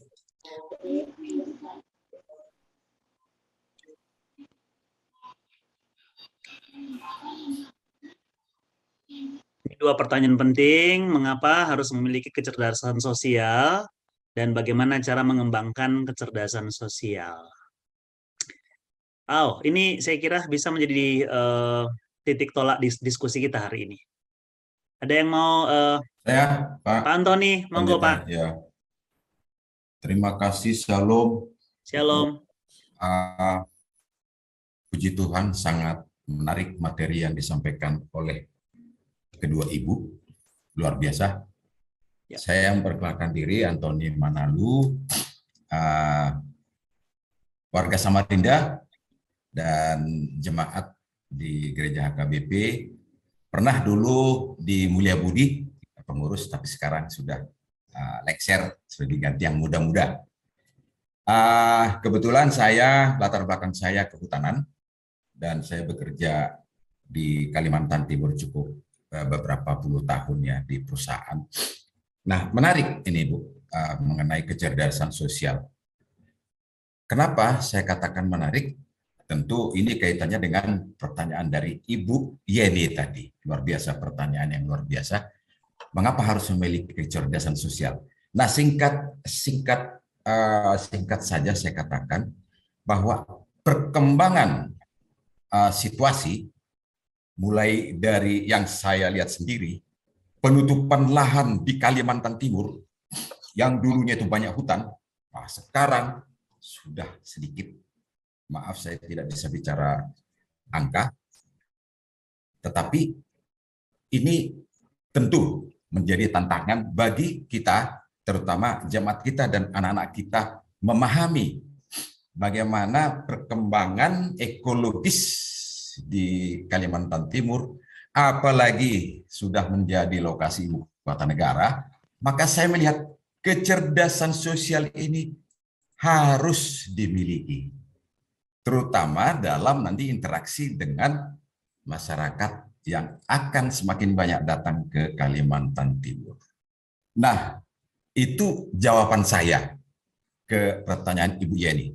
Nah, pertanyaan yang saya tidak bisa jawab, dan inilah pertanyaan saya juga kepada mungkin kita semua, bagaimana cara mengembangkan kecerdasan sosial ini? Mungkin di sini yang sangat krusial. Kita punya banyak pendapat, tetapi saya melihat ini yang sangat krusial. Kebetulan dalam beberapa waktu yang akan datang, saya akan banyak berkecimpung di sosial, dalam kaitan pengelolaan daerah aliran sungai terpadu di sekitar ibu kota negara. Namun saya sudah membayangkan ketika beberapa tahun yang lalu saya ke desa-desa dari Mahulu, Kutai Barat, Malinau, Nunukan. Saya kebetulan diberi Tuhan kesempatan berkunjung ke desa untuk survei sosial. Yang saya lihat adalah kecerdasan sosial ini menunggu tangan-tangan yang akan meningkatkannya. Kalau tidak, sangat mungkin keterbelakangan itu akan terus terjadi. Lalu akan ada gelombang-gelombang yang luar biasa nanti untuk menjadi tantangan bagi masyarakat kita yang ada di pedalaman, khususnya di Kalimantan Timur. Maka cara mengembangkan kesejahteraan sosial ini, menurut saya ini penting kita pikirkan, dan menurut saya salah satu adalah lewat gereja-gereja. Lewat gereja-gereja, Pak. Ini materi Ibu Yeni dan Ibu Dika ini sangat penting untuk terus disuarakan ke jemaat-jemaat kita, terutama yang di pedalaman. Mohon maaf jika ada yang kurang pas, ini adalah semacam pendapat saya, saran saya, atau suara hati saya lah. Ini yang ingin saya sampaikan. Luar biasa, Bu Yani, terima kasih banyak pencerdasannya dan Ibu Dika. Salam, terima kasih.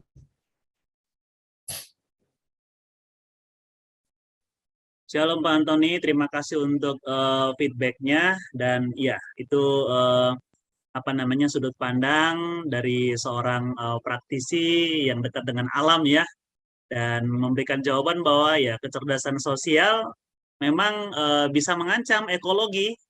Nah, bukan hanya sekedar rumah tangga, bukan hanya sekedar hubungan dengan manusia, tapi dengan alam dan lingkungan sekitar ternyata ya sangat ngaruh kalau seandainya kita tidak mengembangkan kecerdasan sosial kita ya. Itu hal yang luar biasa, betul. Oke, dan ya saya kira kita semua mendengar jawaban dari Pak Antoni. Salah satunya ya memang gereja juga ikut terlibat dalam mengembangkan, turut serta dalam mengembangkan kecerdasan sosial kita, umat Tuhan, jemaat, para pendeta, siapapun kita ikut, harapannya dapat kemudian terbangun kecerdasan sosial kalau gereja bisa ambil bagian. Oke, ada yang lain kah lagi? Sebelum Ibu Yeni nanti memberikan jawaban-jawaban yang lebih akurat lagi. Ada di chat, Pak. Ada di chat. Oh, ada di chat ya. Bagaimana penanganan pada anak yang sudah terlanjur lambat respon, kecerdasan sosial multiple, sehingga sering melakukan tindakan yang temperamen, sehingga menjadi kesulitan anak berkembang, memahami orang lain. Ya, maaf ini pertanyaan. Oh ya, sip. Oke. Jadi ini tergantung, ini terkait dengan keterlambatan ya seorang anak dalam merespon pada lingkungannya ya. Oke, sip. Sehingga sulit untuk memahami orang lain.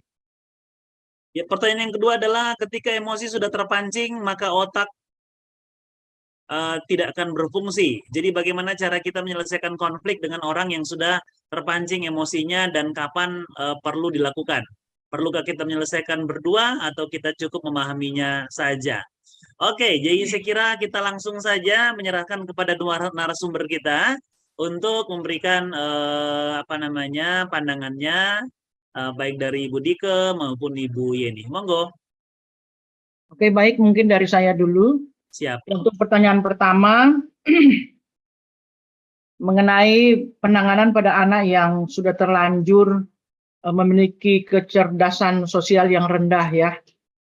Sehingga mereka selalu temperamental dan sulit berkembang untuk memahami orang lain.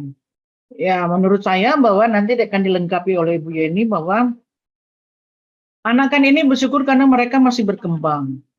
Lihat kalau anak dalam temperamental, memang kalau kita belajar tentang behavior, bahwa anak-anak itu adalah anak-anak yang bertemperamen koleris, itu memang mereka dari sisi penanganan emosi memang agak kurang. kecerdasan emosi agak kurang. Jadi dilihat dari sisi itu, kalau mereka mudah untuk temperamental, adakah dia adalah seorang mempunyai sifat koleris? Nah, kemudian cara penanganannya adalah coba mengerti apa sih yang dia mau. Biasanya anak-anak seperti ini adalah anak-anak yang berjiwa kepemimpinan. Dari satu sisi, apakah yang dia inginkan? Kalau memang yang dia inginkan itu baik, kenapa kita tidak coba untuk mewujudkan bersama-sama dengan dia? Dengan demikian, karena dia keinginannya bisa tercapai asal itu baik, nah, memberi dia tanggung jawab, maka itu akan mengembangkan dirinya. Tetapi kalau seandainya memang karena selalu dia disudutkan atau dia tidak didengar, anak-anak itu adalah anak-anak yang memberi contoh.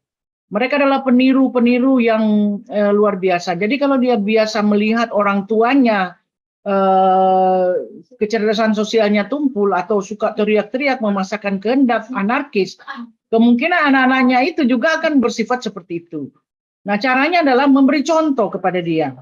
Kalau seandainya dia lagi meledak-ledak dan tidak menyesuaikan, tidak dapat mengerti orang lain, memberi contoh kepada dia sehingga dia memahami bahwa dia punya sikap itu yang lebih baik adalah seperti apa dan akan menghasilkan satu feedback yang baik juga. Jadi coba memberitahu kepada dia, coba kalau kamu lebih sabar menyampaikan pendapatmu, coba lihat teman-teman itu senang.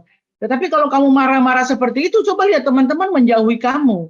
Dan dia mengerti bahwa apa yang dia lakukan itu memiliki resiko dalam hidupnya.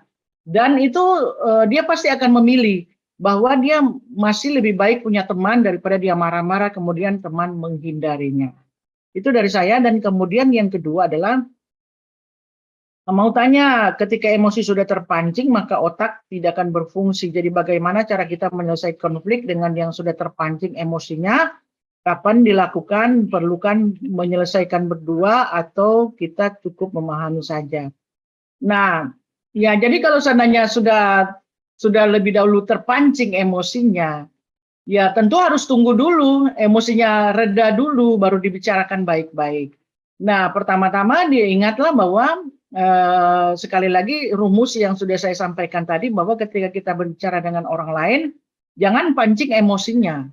Kalau kita sudah pancing emosinya, maka otak berpikirnya itu akan tertutup. Nah, kalau sudah terlanjur emosinya bekerja, ya tunggulah waktunya mereda.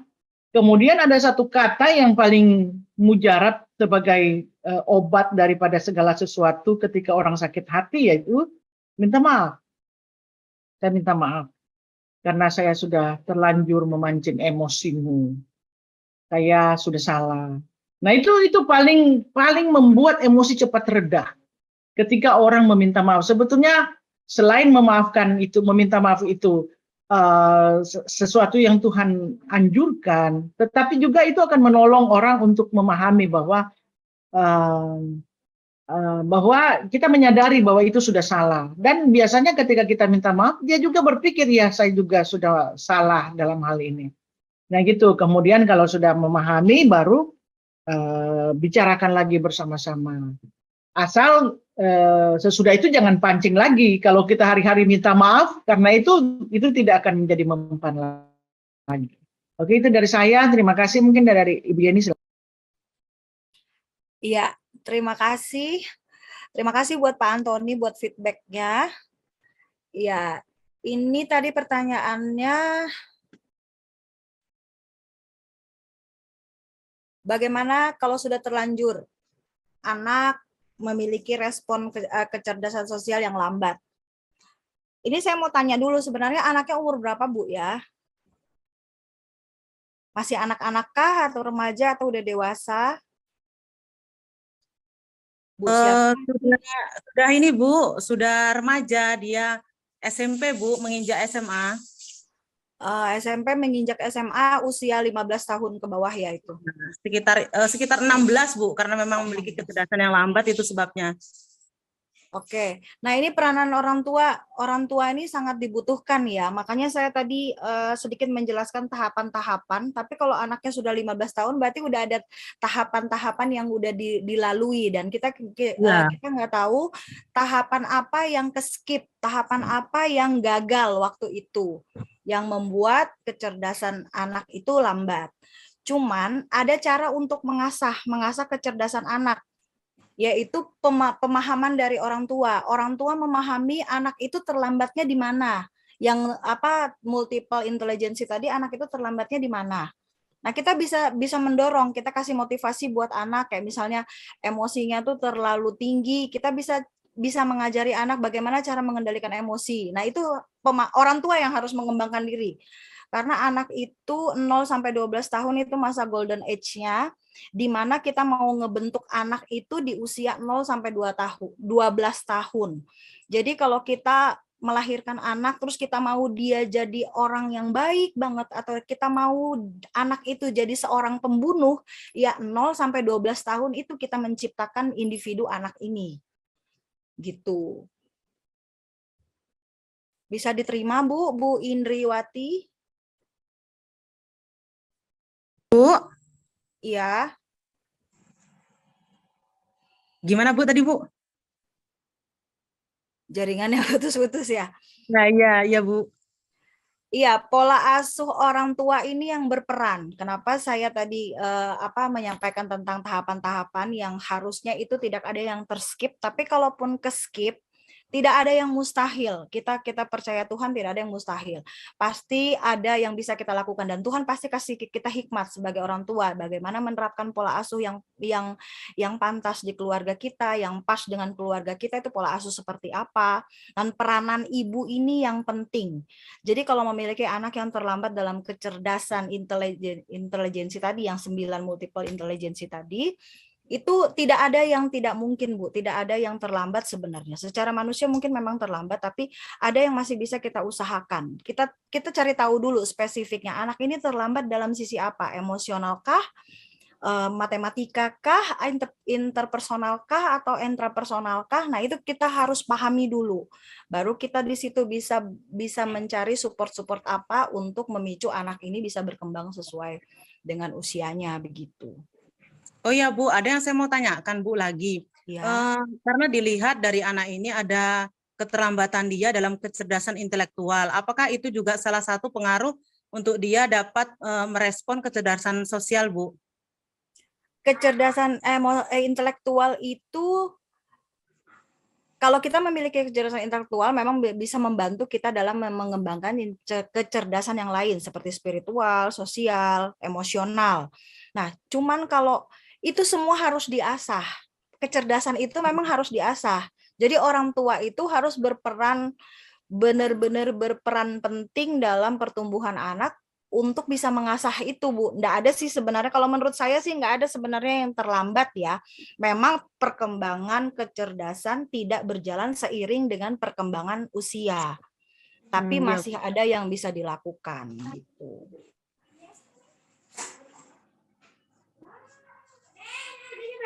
Oke, baik Bu, makasih banyak Bu untuk jawaban.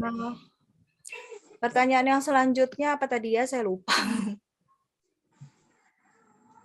Emosi yang udah kepancing Bu. Emosi yang sudah kepancing. Iya. Kalau sebenarnya sebelum emosi itu kepancing, ada yang bilang sebelum kita menanggapi seseorang yang udah ngegas duluan, itu kita tarik napas dulu, hitung sampai 10 baru kita bereaksi. Itu teorinya ya mungkin. Tapi namanya manusia, senggol bacok ya bahasa sekarang. Disenggol dikit udah deh langsung meledak. Nah, tapi sebagai anak Tuhan, kontrol emosi itu kan harusnya lebih kuat ya daripada orang di luar sana. Yaitu tadi yang ciri-ciri karakteristik yang dimiliki oleh orang yang memiliki kecerdasan sosial, salah satunya menghindari perdebatan. Jadi sebelum kita emosi, tarik napas dulu, hitung 1 sampai 10 baru kita berespon. Tapi kalau seperti Ibu bertanya, kalau sudah terlanjur, kalau saya sih memang iya, kalau saya merasa salah atau ya saya juga salah satu pemicu dari emosi itu, saya minta maaf. Karena ada 3 kata penting yang bikin kita ini enaklah hidup di dunia, yaitu bagaimana kita harus bisa meminta maaf kalau kita salah, kita harus bisa berterima kasih atas apa yang sudah orang lakukan kepada kita, dan kita jangan malu untuk meminta tolong karena ego atau gengsi kita. Itu sih, Bu. Wow. Iya, luar Kalau biasa saya sih. sih minta maaf dulu gitu. Iya, jadi memang penting untuk cooling down dulu ya, menunggu Iya. agak lebih tenang, lalu kemudian kita mencoba untuk melakukan pendekatan.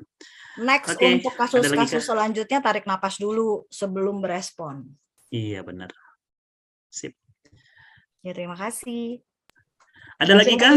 Masih ada lagi di chat satu, Pak. Oh, ada. Sebentar. Kita coba lihat dulu. Oke, bagaimana mengatasi anak yang selalu menang, tidak mau disalahkan? Nah, gitu. Ada pandangan dari Ibu Yeni atau Ibu Dike nanti? Monggo. Ya, saya dulu ya, mumpung mic-nya masih on. Ya, bagaimana mengatasi anak yang selalu mau menang, tidak mau disalahkan? Tanya dulu. Kita duduk bareng dulu, jangan ngegas dulu. Jangan langsung, biasanya orang tua tuh pasti, kenapa sih kamu begini, kenapa sih kamu begitu. Nah, kita mulai otoritas kita tuh mulai berperan di situ.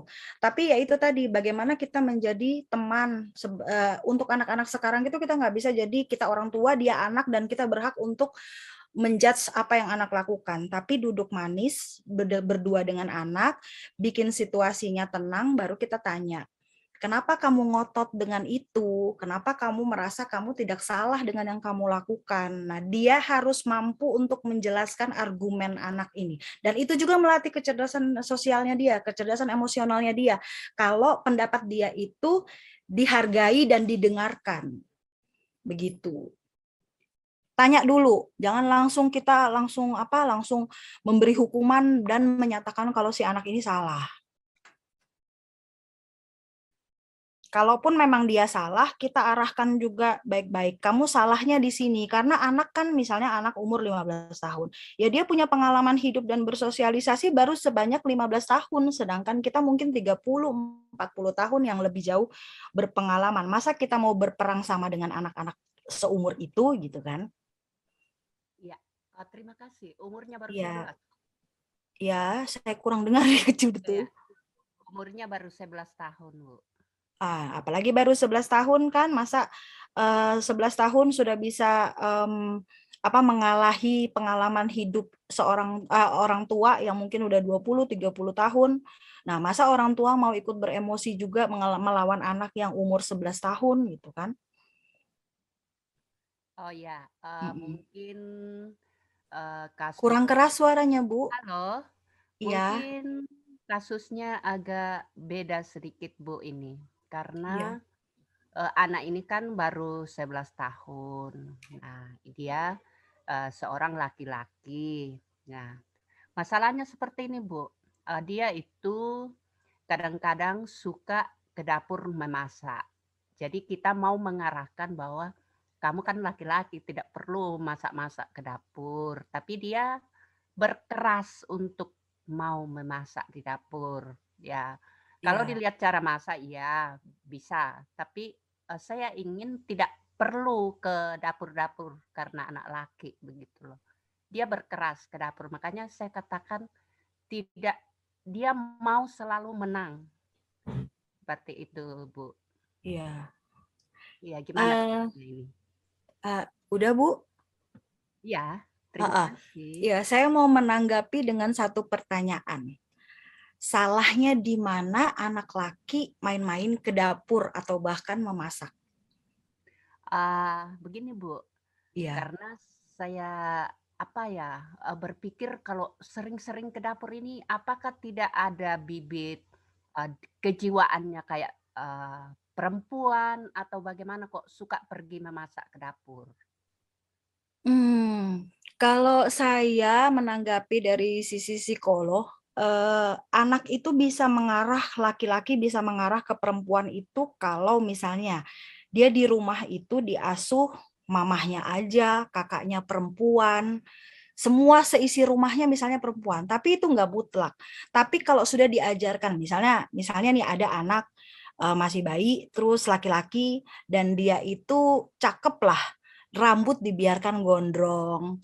Jadi biar cantik gitu si anak laki-laki ini, kan masih kecil juga, belum sekolah juga. Jadi nggak apa-apa deh rambutnya gondrong. Terus pakai baju mamahnya atau baju kakaknya, pakai sepatu kakaknya, mamahnya, atau pakai pokoknya alat-alat yang dipunyai perempuan. Mungkin bisa mengarah ke situ. Tapi kalau anak usia 11 tahun dia masuk ke dapur, kita arahkan aja, Bu, kamu mau masak apa? Kamu mau bikin apa? Kenapa kamu mau bikin sendiri? Kenapa nggak minta tolong ke orang? Jadi nggak perlu kita ngejudge yang kamu nggak boleh ke dapur karena kamu laki. Nggak bisa, menurut saya ya, nggak bisa begitu karena ada loh mana tahu dia punya cita-cita untuk jadi chef nantinya. Gitu. Karena anak saya yang laki ini, saya kasih contoh anak saya yang laki, dari kecil itu kalau kita makan dia kumpulin piring-piring, terus dia susun sendiri, dia campur, baru dia bilang, "Mama mau order apa?" gitu. Jadi dia kayak sudah punya hayalan bahwa dia tuh mau jadi chef, ngaduk makanan, campur sana, campur sini, terus mama mau order apa. Begitu. Dan itu enggak mengarah ke ini sih, ke apa Ibu bilang kayak keperempuanan gitu. Tapi maksudnya gini, laki-laki yang juga tahu tentang dapur itu justru bisa membantu keluarganya nanti kan kalau dia menikah. Begitu. Oh iya. Oke. Jadi jangan terlalu dihalangi, kalaupun ibu tidak berkenan anak ibu masuk ke dapur, ditanya baik-baik, jangan dimarahin. Iya. Karena kalau dimarahin anak tuh cenderung melakukan sesuatu di balik kita, jadi dia malah bohong gitu.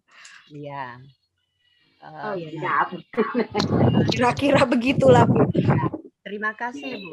Ya, sama-sama. Rasa khawatir aja sih. Nah, pernah memang saya tanyakan kenapa sering kita jadi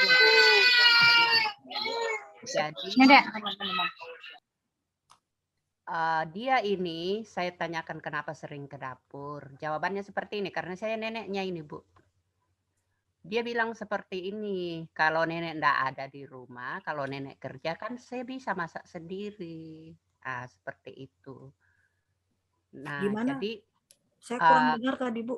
Kalau nenek, saya tanya, kenapa kamu suka masak ke dapur? Katanya nanti kalau nenek kerja, saya di rumah saya bisa masak sendiri. Nah, jadi tapi saya rasa khawatir, jangan ke dapur gitu.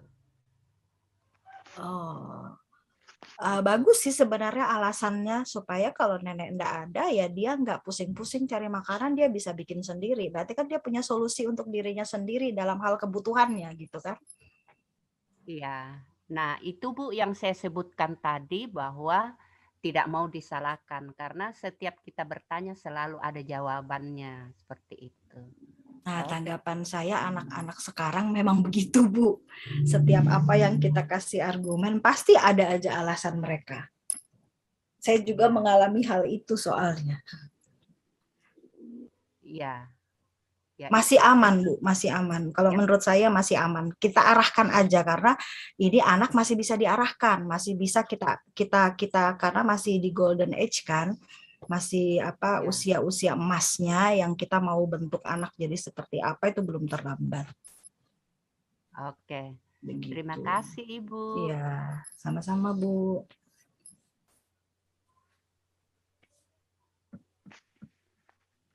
Ibu Dike, ada yang mau ditambahkan?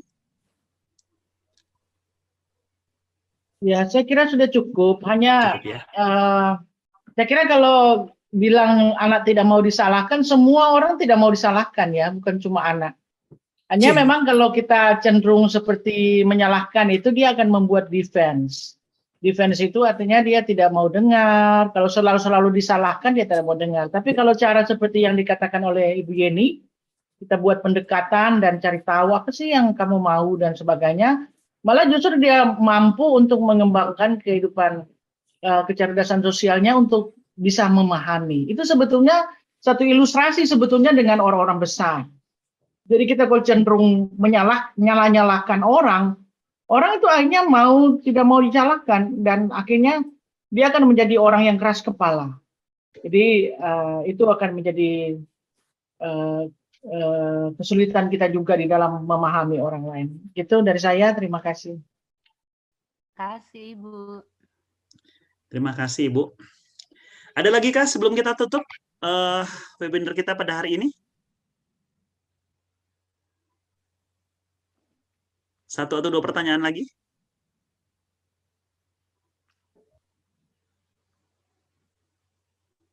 Kalau tidak ada, saya kira kita mengakhiri webinar kita.